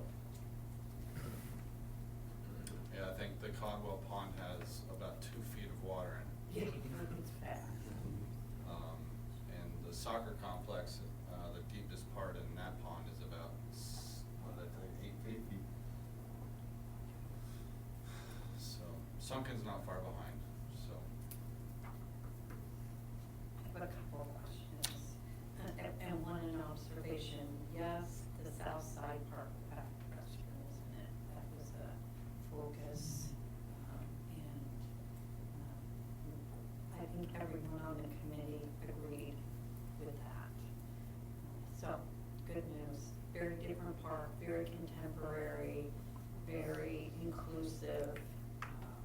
I'm pretty excited about it because we've never had a park that looks the way this park is going to look. So it's really quite exciting. And that was a park that Jeanette at one time had said I've always wanted a 12-month of the year park. And so we kept that in the front of our frontal lobe. And it definitely will be a 12-month of the year park with warming stations and ability to have music venues. So it will completely change the landscape. And my question to you, Chandler, is I want to know about your reservations with the partnership with the DNR and the city and the dog park. I mean, I really do. I mean, my reservations are, I work for the citizens of Pella, Mm-hmm. and what they want to do, I'll do. But I would like them to know that we're going to send city staff and city funding down on federal grounds. Mm-hmm. And you guys are my boss, so, but sending city staff down there, Alex and I really don't have the terms set up, what exactly we're gonna be doing. Okay. They have talked about that they will be doing mowing and they'll be doing this and that. But the Dog Park Association, as far as I understand, wants to dissolve after the project is built. Is that correct, Mike? They've indicated that, yes. So when we initially went into these discussions about the dog park, because I did have that same reservation as you're expressing right now,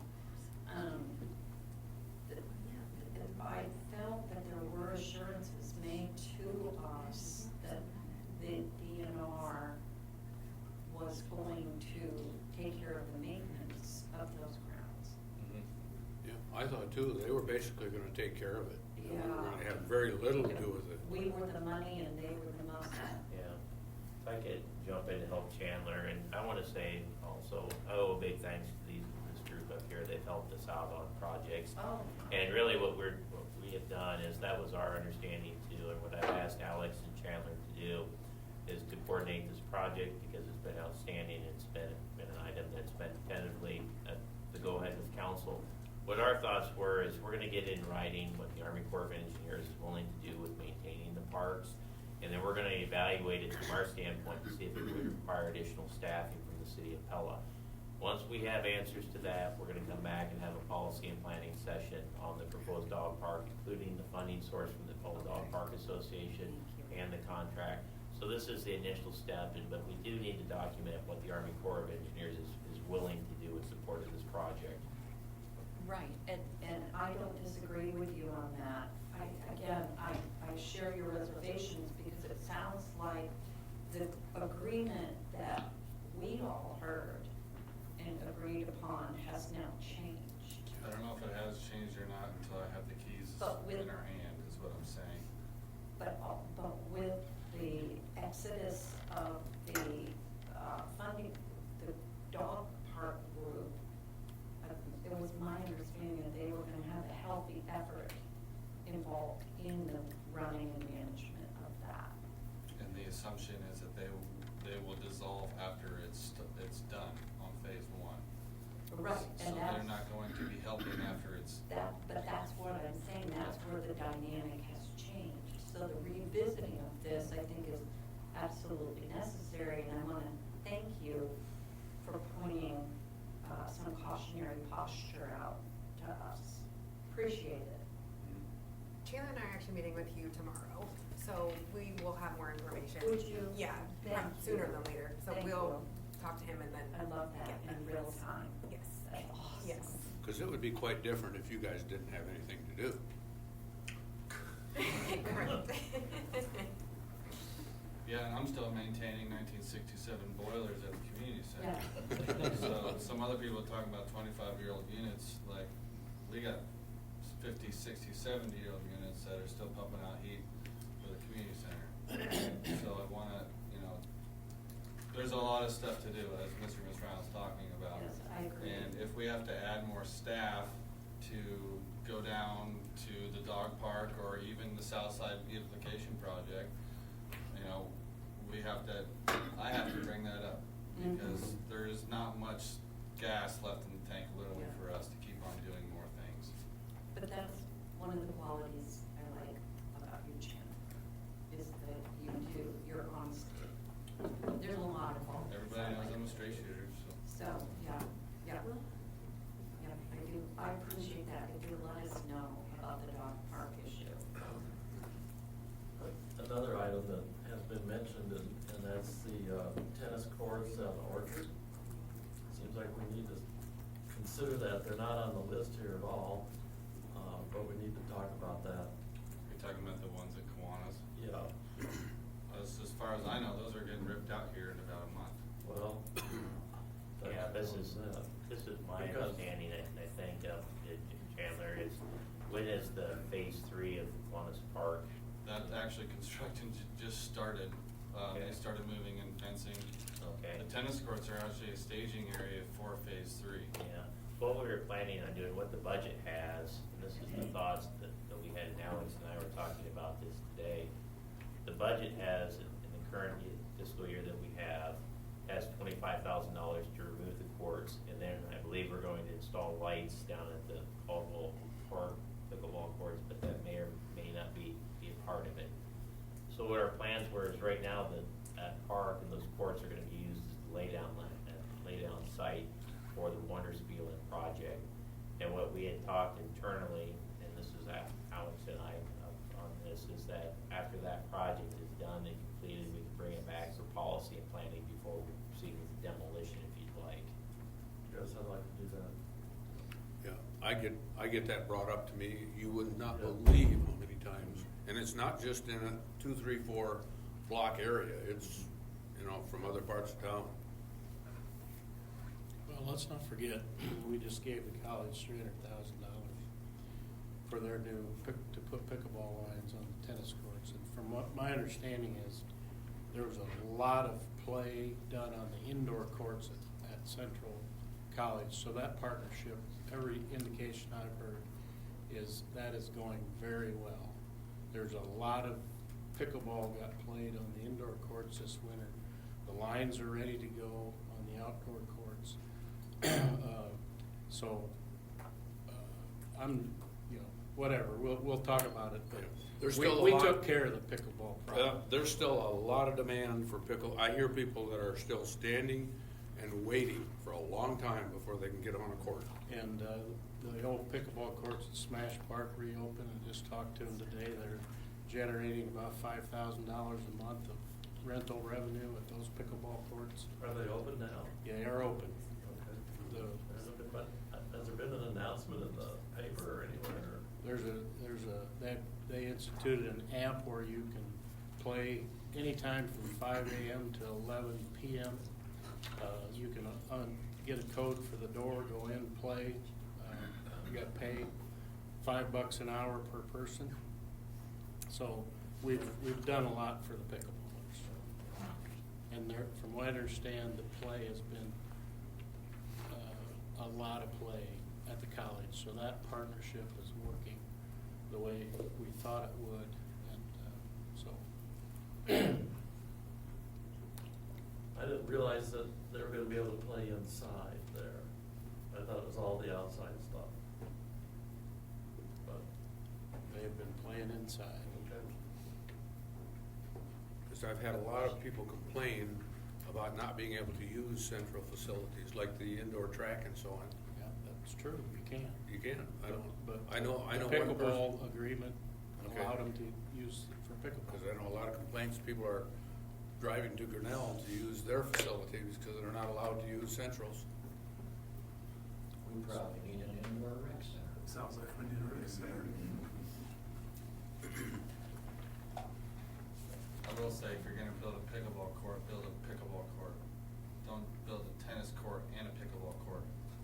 Because the division, not the division. It's confusing. It is confusing, and then you have, people upset that they can't use that court, and then, so if we build one at, we put one back at Kiwanis, you know, I would have tennis courts and pickleball courts, not intermingled.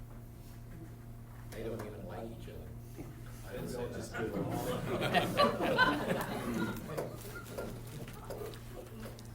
I will be interested to see whether the Corps is a little dicey about their budget. Present environment. We'll find out tomorrow. I was gonna say, when we get an agreement, then we can have the discussion. That Yes. agreement should spell out everybody's responsibilities. If we don't like it, we either go back and renegotiate, or we make it what we can handle and what we can work with and what we can do.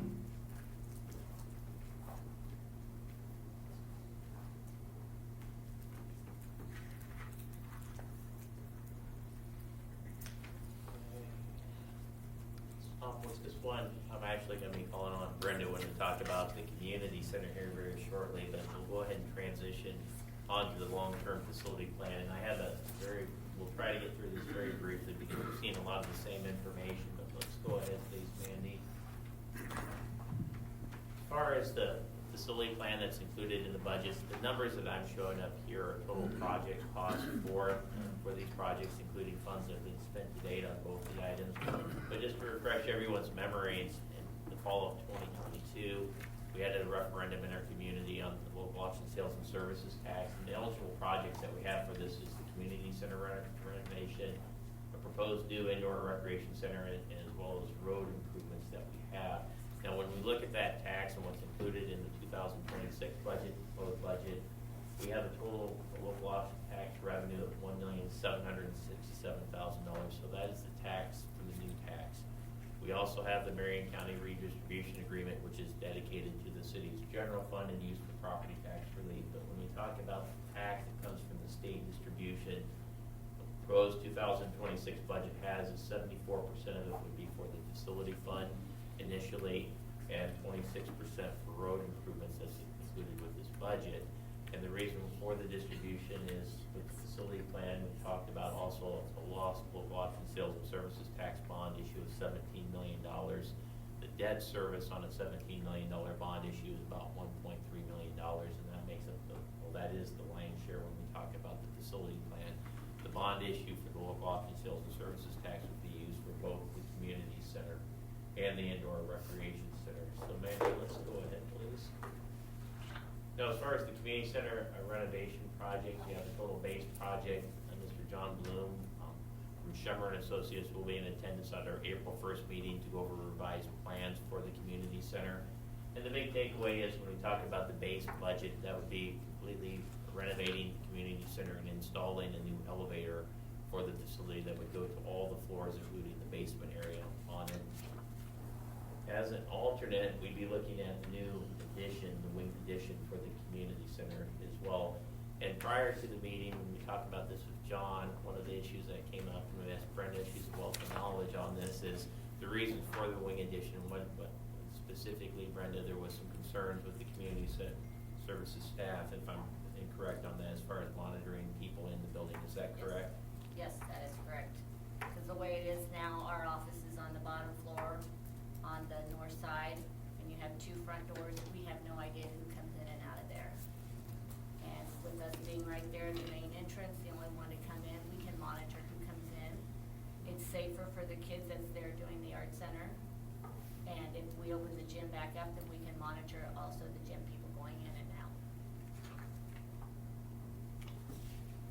More to come on April 1st, but with the full wing addition, that's not only the wing addition, but that's also removing stairwells within the community center as well. And that's really the difference between those 2 projects. As far as the project budget is 7.6 is what we have the base project, which includes the elevator.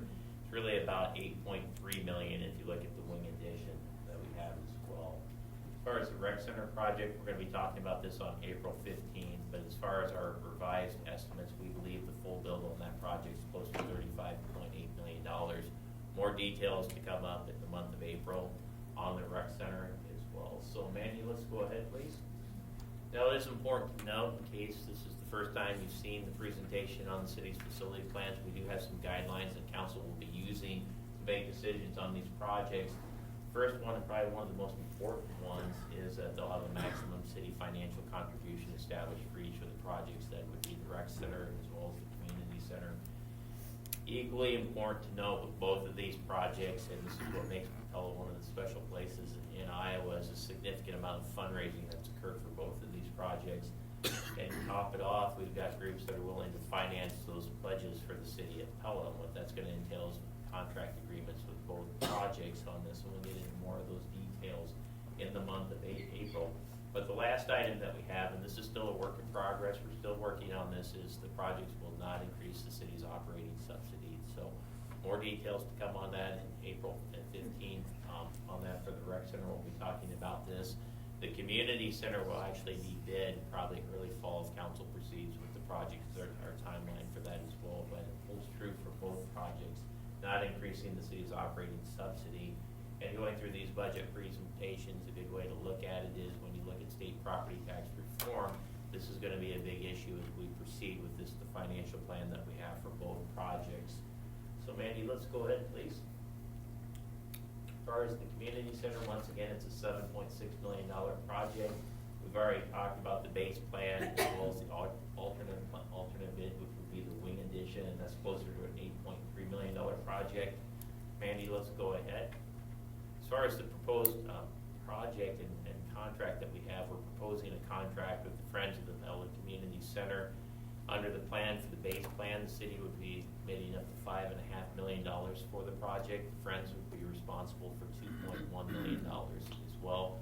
And once again, that operating issue is an issue that we will take seriously on this as we evaluate these projects. So let's go ahead, please, Mandy. As far as the overall project financial update, again, the project's roughly a $7.6 million project. The Friends of the Community Center will be contributing $2.1 million to this project, with the city's financial commitment, which has been consistent since 2022, right at the $5.5 million for the project. So Mandy, let's go ahead and we'll switch gears and talk about the proposed indoor rec center that's included within the budget. So let's go ahead. Proposed budget for the full build, we believe, on the rec center is closer to $35.8 million. Considerable more details will be shared during the public hearing on this project on April 15th. What the proposed financing plan has is a $17 million contribution from the city and roughly $18.8 million from others. There's also a proposed contract with Pella Rec that we'll be discussing during the month of April as well. And a key item that we have for the rec center is the operational plan that submits. Once the rec center is operational, it needs to be conducted on a revenue neutral basis for the city of Pella as well. So let's go ahead, please, Randy. Now, as far as the facility is concerned, the full build is 78,000 square feet. It includes 4 gymnasiums, a competition swimming pool, as well as a recreational pool. So that's, we're working with the project. I know that's important to the swimming community, and I'm sure Alex can give us a lot of benefits or details on that as well. But the recreation pool will also include a wave generator too that's been requested on that. And it also has an area for water aerobics as well, and that's one of the areas that's kind of the key item at the rec center. In addition, we'll have a place when the pool is being used for competition swimming meets that we can still conduct lap swimming right in this area as well. As far as the gymnasiums are concerned, four full-size gymnasiums, the walking track is about 9/10 of a mile, correct, Alex? One time around. They'll also have a large exercise area that we have included weightlifting, and then we tentatively plan for spin classes, exercise areas, there's meeting rooms, there's kitchen facilities, and so it's a considerably, well, it's a 78,000 square foot facility, numerous amenities included with the facility. So let's go ahead, please, Mandy. A little bit about the details on this. The city's contribution is being proposed at $17 million. The state of Iowa has committed $500,000 for this project through a CAT grant that we've secured for the project. The pledges that we've actually received cash payments for today is $1.6 million on it, which means if we were going to propose this right now, we'd be looking at a contract with Pella Rec to finance the remaining outstanding pledges to balance this project of right around $16.6 million for the project. So overall, the total project budget's at $35,772,500, and that's the full bill that we'll be talking. But as council's aware, there is 4 primary alternates that were included with this project, so there's a range of cost opinions out there. I'm just simply stating what we believe the full bill would be, because that's commonly what's being referred to with this project. Let's go ahead, please, Mandy. As far as the infrastructure is concerned, what we also have planned is the extension of University Street. When we reviewed the street budget, that project is included in there, as well as an extension of Baseline Drive. As you can see, the new indoor recreation center is proposed for the northwest corner of the Pella Sports Park. It's on the eastern side of town. We believe it has very good access to Pella Christian School, Pella Christian High School, Pella Community Schools, Vermeer, Lely on it as well. And generally, when communities consider recreation centers, they look at side benefits on it, which is oftentimes there is additional development that occurs around recreation centers, and we believe this area could accommodate additional development as well. So overall, it's a very good site for the project. Let's talk about the $7.5 million that's included in this budget. What's being proposed for the infrastructure on the project is total $7.7 million. It's what's called an essential services general obligation bond. It's right around $6.7 million. We secured a grant through the federal government for $1 million for the infrastructure side of the project. If we were to issue this bond issue on it, and I will say this, we're looking at financing methods with it. It's very likely if we proceed with the rec center, that area that I showed you that was the overall concept plan, that will establish an urban renewal plan for that area and hopefully be able to capture incremental development values that would be constructed out there to help us pay with the bond issue. But if that doesn't happen, and the only thing that gets built out there is roads and a rec center, then we could be looking at a projected debt service levy increase in the future of anywhere from 40 to 52 cents for the infrastructure component of the project. So, Mandy, do we have any remaining slides? Okay. Before we get to the questions and the interactive portion of the meeting with council, or not the interactive, when we start asking for guidance from council, is there any questions on the facility plan?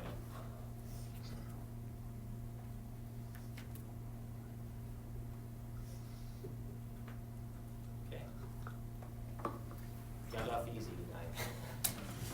Let's go ahead and talk about the guidance portion of the meeting. As we talked about, if you want to go ahead and continue with this portion, or should we give everyone a little break? Does anybody need a break? I take one. Okay. We'll take a 5 minute 5 minutes. Stretch break. Last part of the meeting, and this is, we have a series of questions that we intend to ask council. Really what we're trying to do is get guidance from the city council. Brian, the public hearing for the proposed budget's on April 15th, correct? We're going to be filing notices after this meeting, the direction we received tonight. But I would ask on the questions that we're going to be asking, if there's any area that we're going to cover, whether it's an operational area or a capital improvement program by a department, if you have concerns or anything that would lead you to vote no during the budget hearing on April 15th, please let us know so we can discuss it. We would certainly appreciate it. But when we talk once again about the 2026 budget, again, we're looking at a total budget that has total revenue sources of just shy of $80 million and expenditures over $75 million. That $4.5 million increase in reserves mainly attributed to unused bond proceeds for the city. The budget that's being presented this evening was a status quo budget meant on maintaining existing service levels throughout the city of Pella. Let's go ahead, please, Mandy, and we'll ask the first question.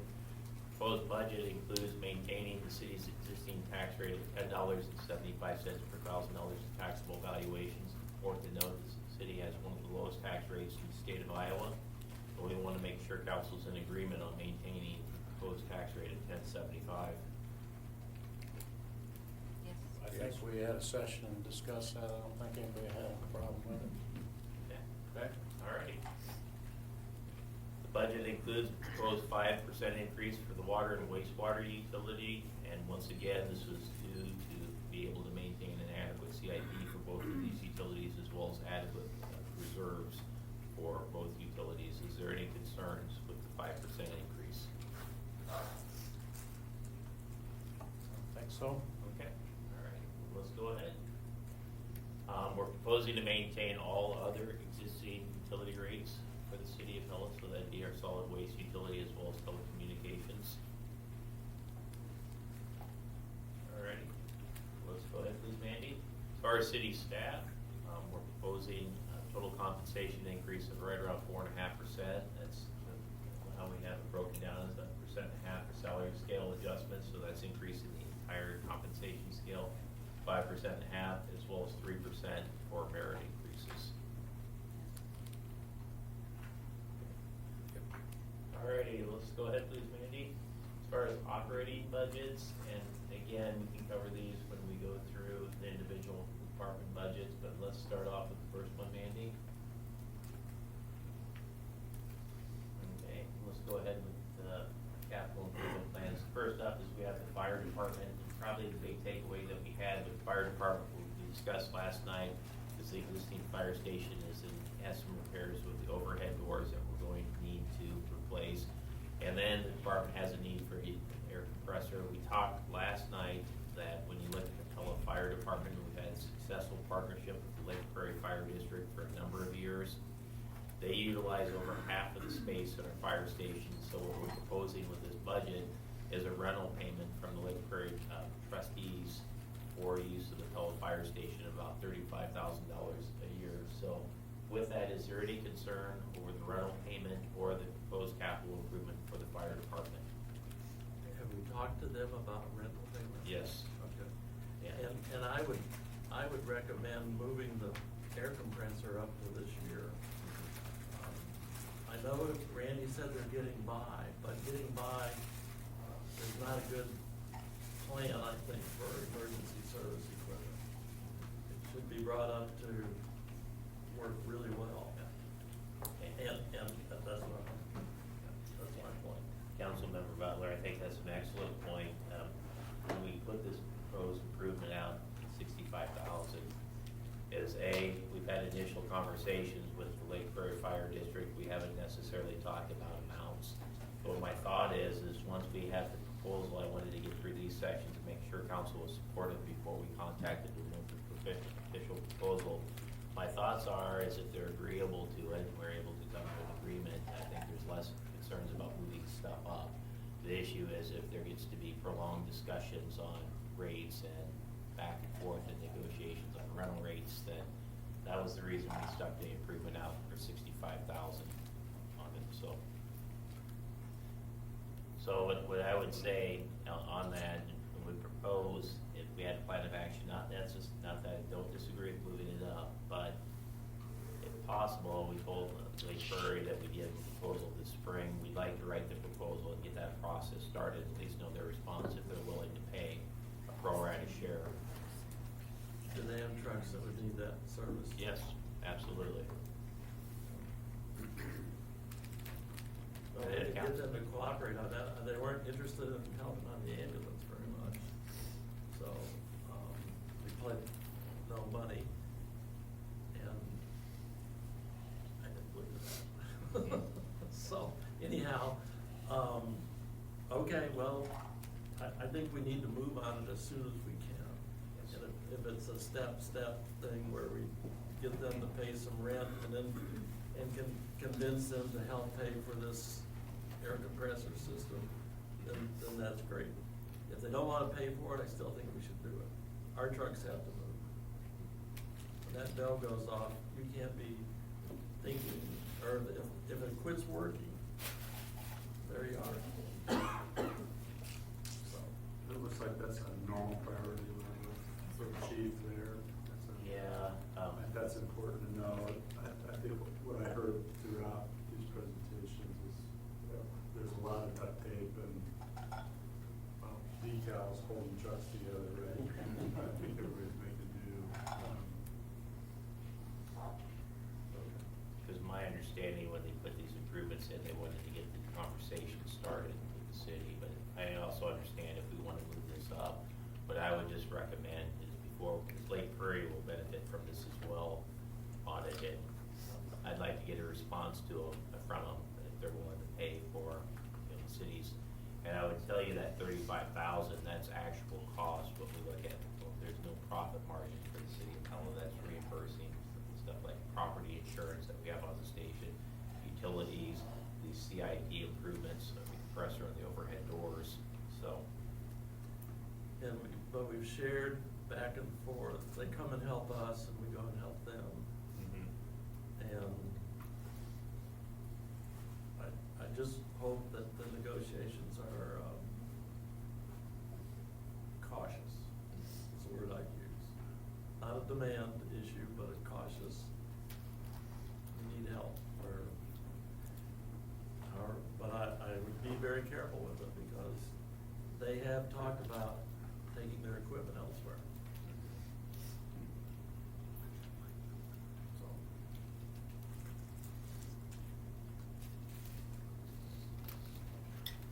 Any other questions on the fire department's operating in CIP? Okay, let's talk about the police department. Big items that we had, from what I have next year's body camera replacements. We also had a patrol vehicle, and as chief, Captain Hossie told us last night, there's components within there that they won't know that needs to be replaced inside the squad car until it's time of replacement. Dealing with the cameras, the computer systems on it, when they can replace them, they can, but until you know that, you have to almost budget full replacement cost on these squad cars.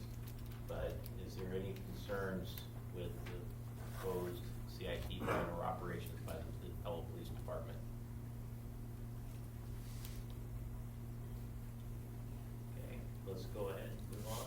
Ambulance, very similar operation standpoint. You may recall that we had some significant increases that was somewhat deceiving because of the budget. The truth is as far as the paramedics, we're concerned, we approved 4 additional paramedics in December. We also approved at that same time a revenue reimbursement agreement from Pella Regional Hospital for the city's costs that we incur with transports. That was to the tune of $350,000. Those led to both the significant revenue and expenditure increases for the ambulance department on here. But is there any concern from the ambulance operations or capital improvement program? Okay, let's go ahead and move on to City Hall. Again, our heavy hitting item is from a status quo operating budget. We are similar to the rest of the city. Our big item that we're proposing in the CIP is in 2027. We're looking at a compensation study for the city's workforce. We talked about the importance of the compensation system, both to be able to continue to attract and retain employees. And we also also talked about there's a possibility with the new compensation system, it may need to be tilted more towards the merit-based side of things instead of the, what we would call a standard cost of living equation as well. And that's simply just due to property tax reform issues in the state of Iowa. But is there any concern with the City Hall capital improvement plan? Okay, let's go ahead, please. Pella Fiber. Again, the big item that we have is the new service territories. This keeps alive the commitment of Pella Fiber and the City Council of providing internet service to all territory within our corporate limits. This budget has with it. Is there any concerns with the proposed telecommunications operations or capital improvement program? Okay. Electric, big item that we have here from a CIP side of things is the AMI project. That's a project that Nate told us earlier this evening. We shaved 1 megawatt off our peak demands, about a $50,000 a month savings, pure savings for the City of Pella and power supply cost on it.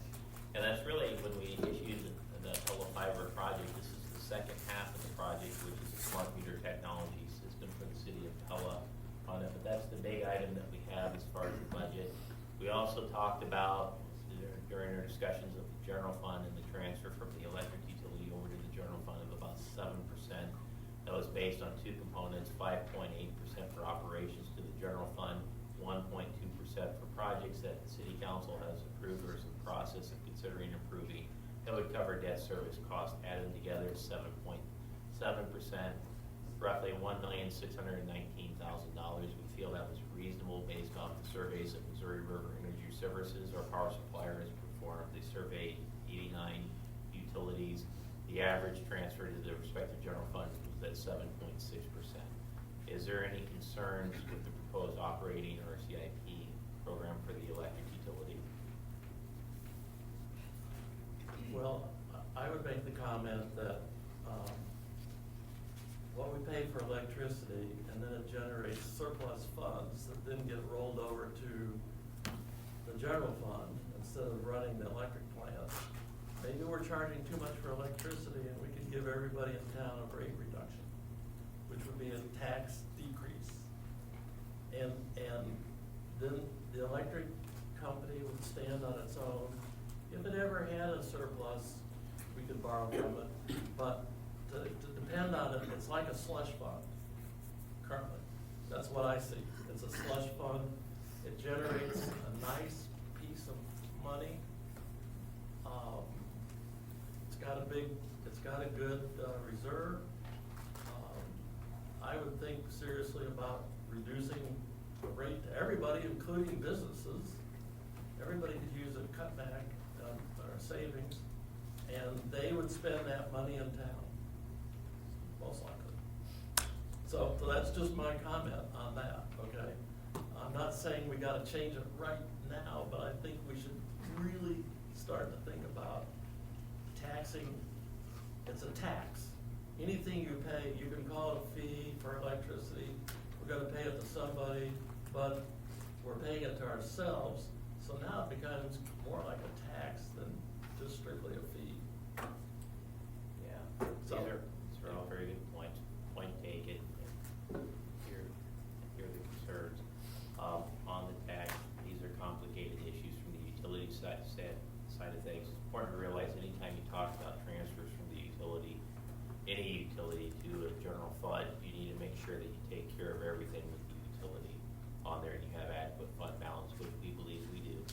To understand the point, a lot of cities throughout Iowa incorporated franchise fees for gas utilities and electric utilities. It's fairly common throughout Iowa. That's something that we'll need to continue to monitor, and it's a policy issue by council, similar to what your policy issue is in setting the tax rate. If we were to decrease the electric contribution, we'd probably most likely be with the city's general fund, either in a position where we need to increase the rate, the property tax rate, but we can most likely the debt service rate on it. But there may need to be some service level adjustments on the general fund too, and that's the flip side, and these are tough policy issues. Well, yeah, if you cut the electric rate, you might have to raise the property tax rate, but at least everybody would understand. But you come closer to where's the money going? Where's the money coming from and where's it going?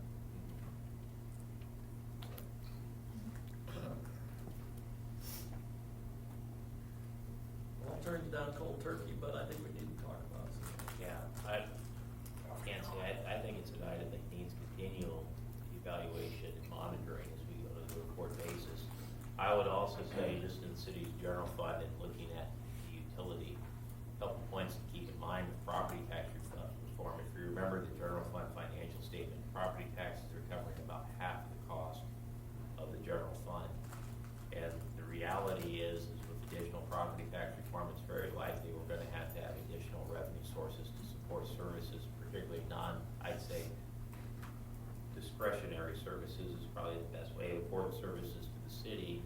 A lot of cities have incorporated those franchise fees, stormwater utilities, all in an effort to be able to support basic services. We haven't to date done this. This is the one item that we've had, and I'm not disagreeing it's a policy issue, but I think what's closely associated with this is what's the policy issue on the city's tax rate and services provided by the general fund as well. I just want to bring it up. I'm bringing it up and we can talk about it. Plus cost of electricity is going up 5% a year going forward, correct? That is correct.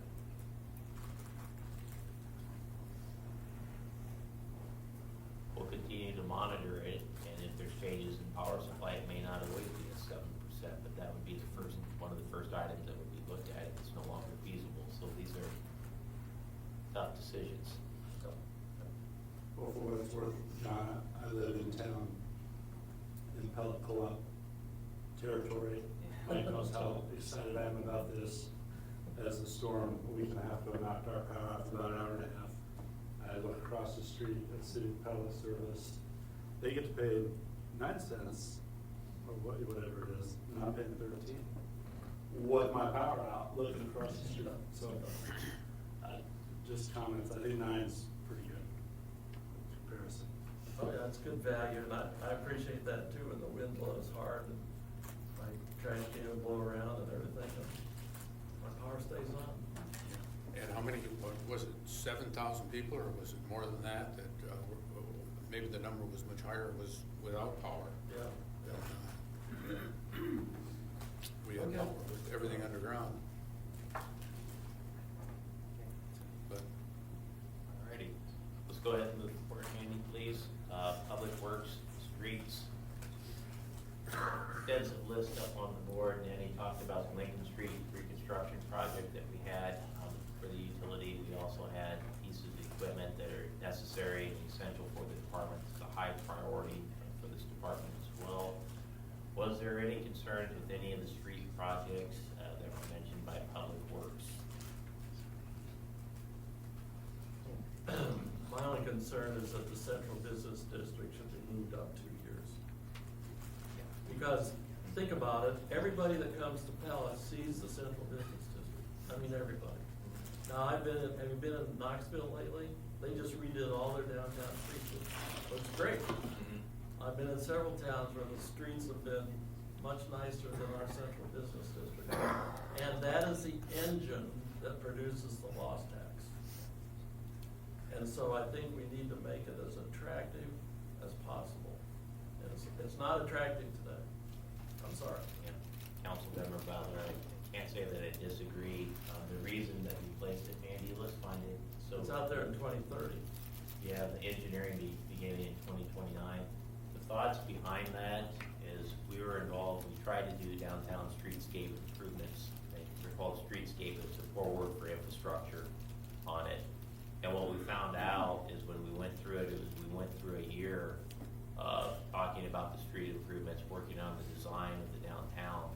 And the lesson that I came away from on that is whenever you talk about downtown streetscape or improvements, let's just forget the streetscape. These are infrastructure improvements. That takes a considerable amount of communication and a long lead time to do it.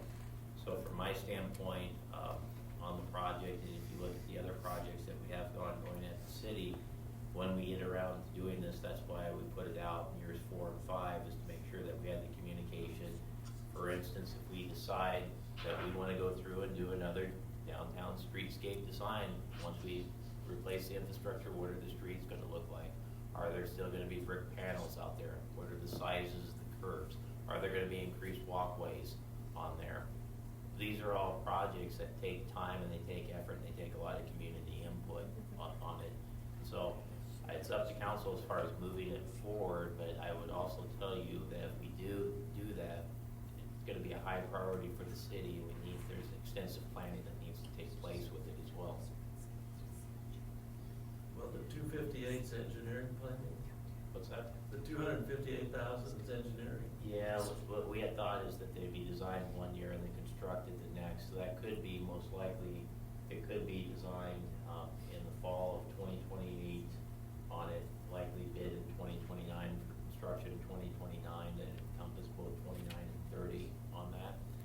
So that's still up there. If we hear that it's a priority with council, not sure staff would push back, other than the fact that from the experience that we had on it when it was a pure infrastructure plan, but we spent a lot of time talking, and for the members that were on council at that time about this, and when it came across to the public, the stuff that was not talked about, and the public was concerned about, wasn't necessarily streets and infrastructure, it was the design of it. And so I learned the lesson myself that takes an extensive amount of communication, a lot of communication. That's why we're giving ourselves extra lead time on it. But if council wanted to move that up, that's certainly up to council, but we just need to be prepared for the communication and the planning that's gonna be involved with it. The other issue, if I recall, was the hookups in all those 150-year-old buildings. A lot sewer, water, etc. connections to be made. There's also a lot of coordination as well as communication with business owners trying to pay for those. Yeah, that's a very good point, Dr. Carlstone. And Denny, correct me if I'm wrong, but if we go through Franklin Street, like what's being proposed, there may be, if we place the sanitary sewer on Franklin Street out in front, there may be some issues with replumbing, potentially replumbing businesses too. Yeah, sewers were, today, the sewers are all in the outlets, north and south on Franklin. So if that were to be replumbed, the buildings will all have to be replumbed to come to the front, which I don't see that ever happening.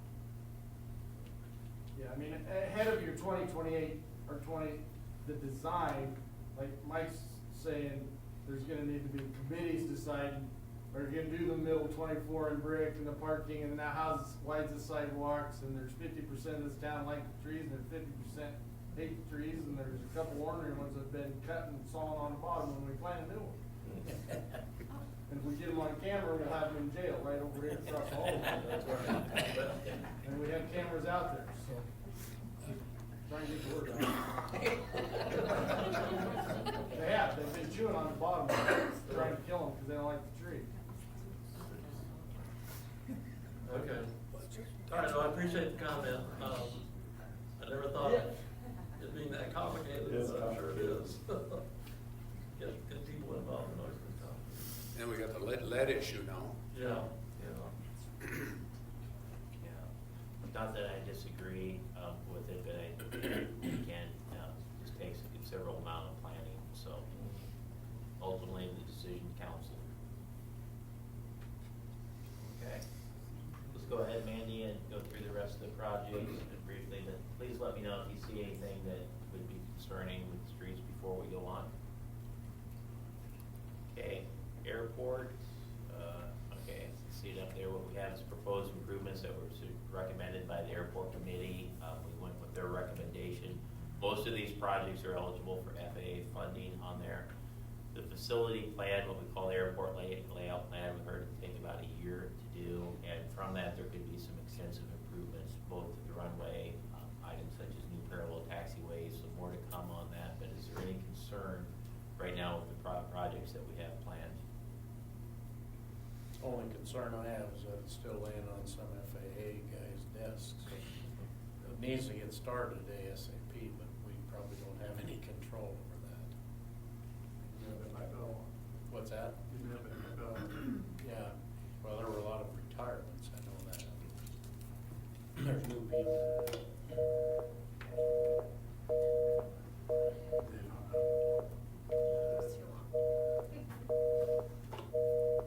And you're in negotiation with Shane over his contract.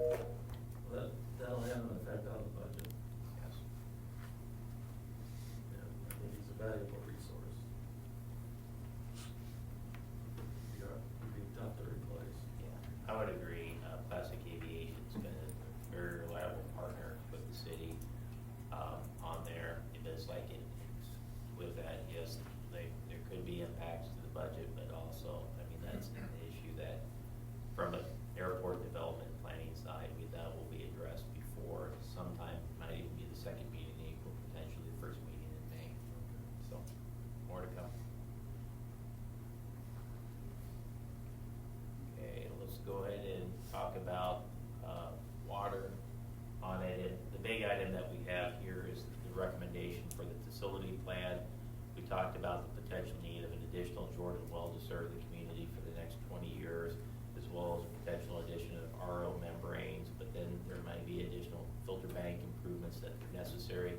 What I envision is starting the facility plan right away, and then hopefully getting that into the DNR and getting some of these improvements coordinated, or at least prioritized with the DNR's input for the city on it as well.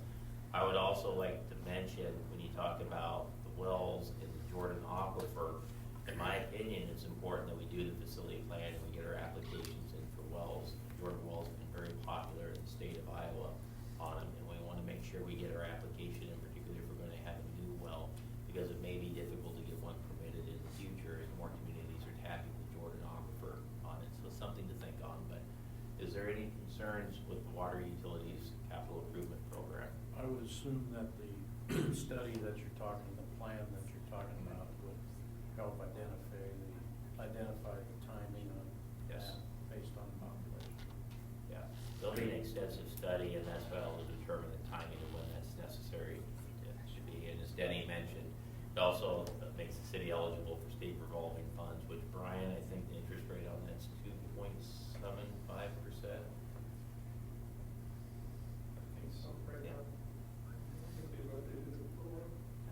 Best part about those loans is if you're building the facility, you can pay interest-only payments on it. There's no principal right away until you're done with the project itself or completed. So it's very attractive interest rate and also very attractive rules as far as financing projects on that. So let's go ahead with the wastewater utility.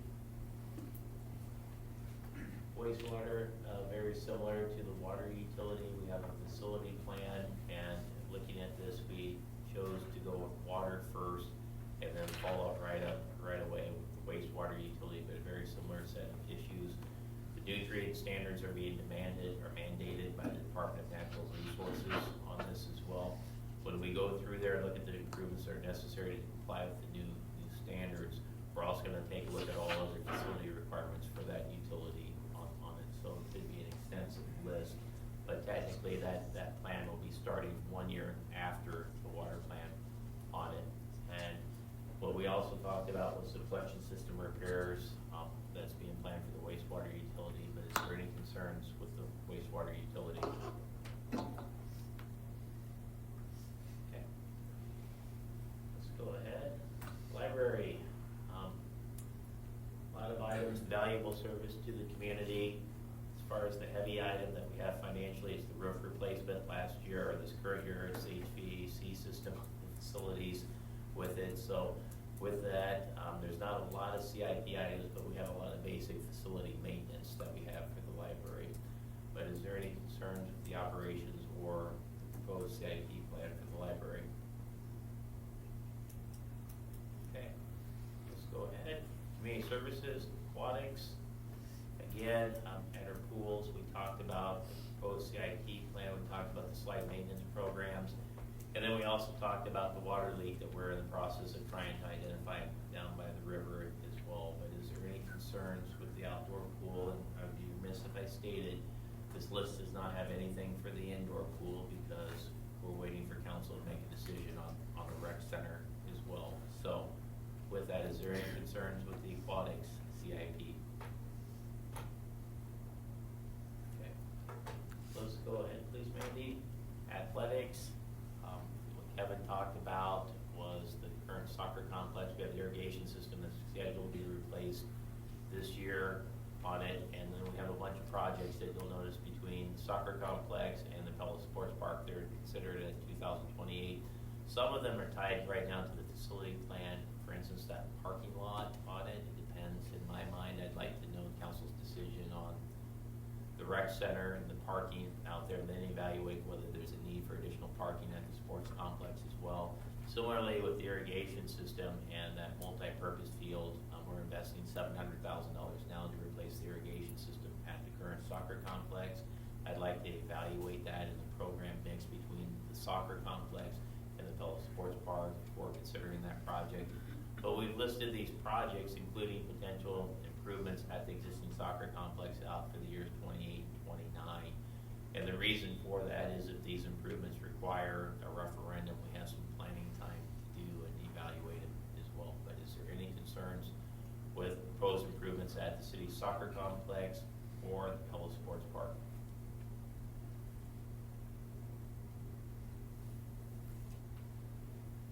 Okay, let's go ahead, please, Mandy. Golf course, as we talked about, remarkable improvement or remarkable turnaround from an operations standpoint. However, the course has had some deferred maintenance through the years, and that's attributed largely to operators operating the course on it. When the city took over, Kevin and his staff have done a phenomenal job out there, and a lot of those improvements that you see are scheduled for the year 2028. And again, this deals with if we have to have a referendum at the course, it gives us time to plan for it. And my thoughts are is we could also keep on increasing membership as well as activity out the course as well. So is there any concerns with what's being proposed at the golf course? Okay. All right. Let's go ahead. Parks. Talked quite a bit this evening on the parks projects, and as far as the projects, we talked about Alex and Chandler are going to be contacting the Army Corps of Engineers and talking about the proposed dog park. And we thought it'd be a good idea to document what the Corps is willing to do in support of this project. Once we have an understanding of that, there's going to be a policy planning session that we'll be circling back along with the members of the Pella Dog Park Association that we have. But the city's contribution on that project's at $87,000, and the rest of it is private donations that we have. But our first step is to see what the Army Corps of Engineers is willing to do in support of this project, and we intend to be back in the policy and planning session. We also talked about this Caldwell Park dredging. That project could potentially move forward, in my opinion, but to do that, what we should also be doing is as part of our discussions on a potential stormwater utility for the community. Generally, about 15% of your street projects, the costs are associated with their stormwater related on it. That's one item why you want to talk about stormwater. Second is we've talked about potential stormwater improvements in the community. But these ponds, these stormwater ponds such as Caldwell Park would be good candidate projects for stormwater utility. We intend to talk about those when we talk about a stormwater utility as well. But is there any concerns over the parks CIP?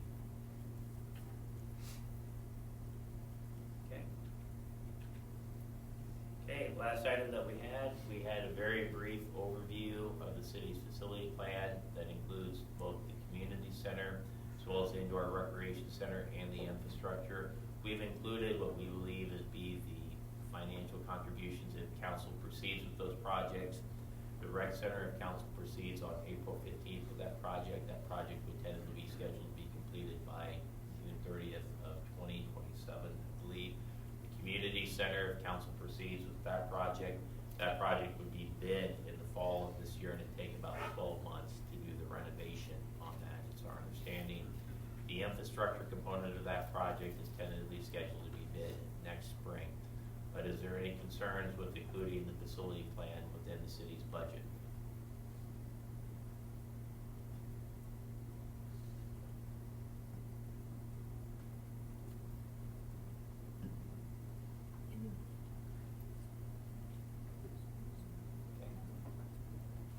Mandy, any additional slides? That is it. Okay, well, I'd like to thank council for your time and for your leadership that you give to our community, and thank you for spending these last 2 nights with us, so thank you. Okay, so everybody's had a chance to comment, but is there anything else any council member has to bring before the group tonight? And We have one last opportunity for any member of the public to have anything they'd like to address council with. So please go to that microphone and state your name, address. Please limit your comments to 3 minutes. Okay, seeing none, I will entertain a motion to adjourn. Marlstone, support, Branderhorst. She did it silently. I did it silently.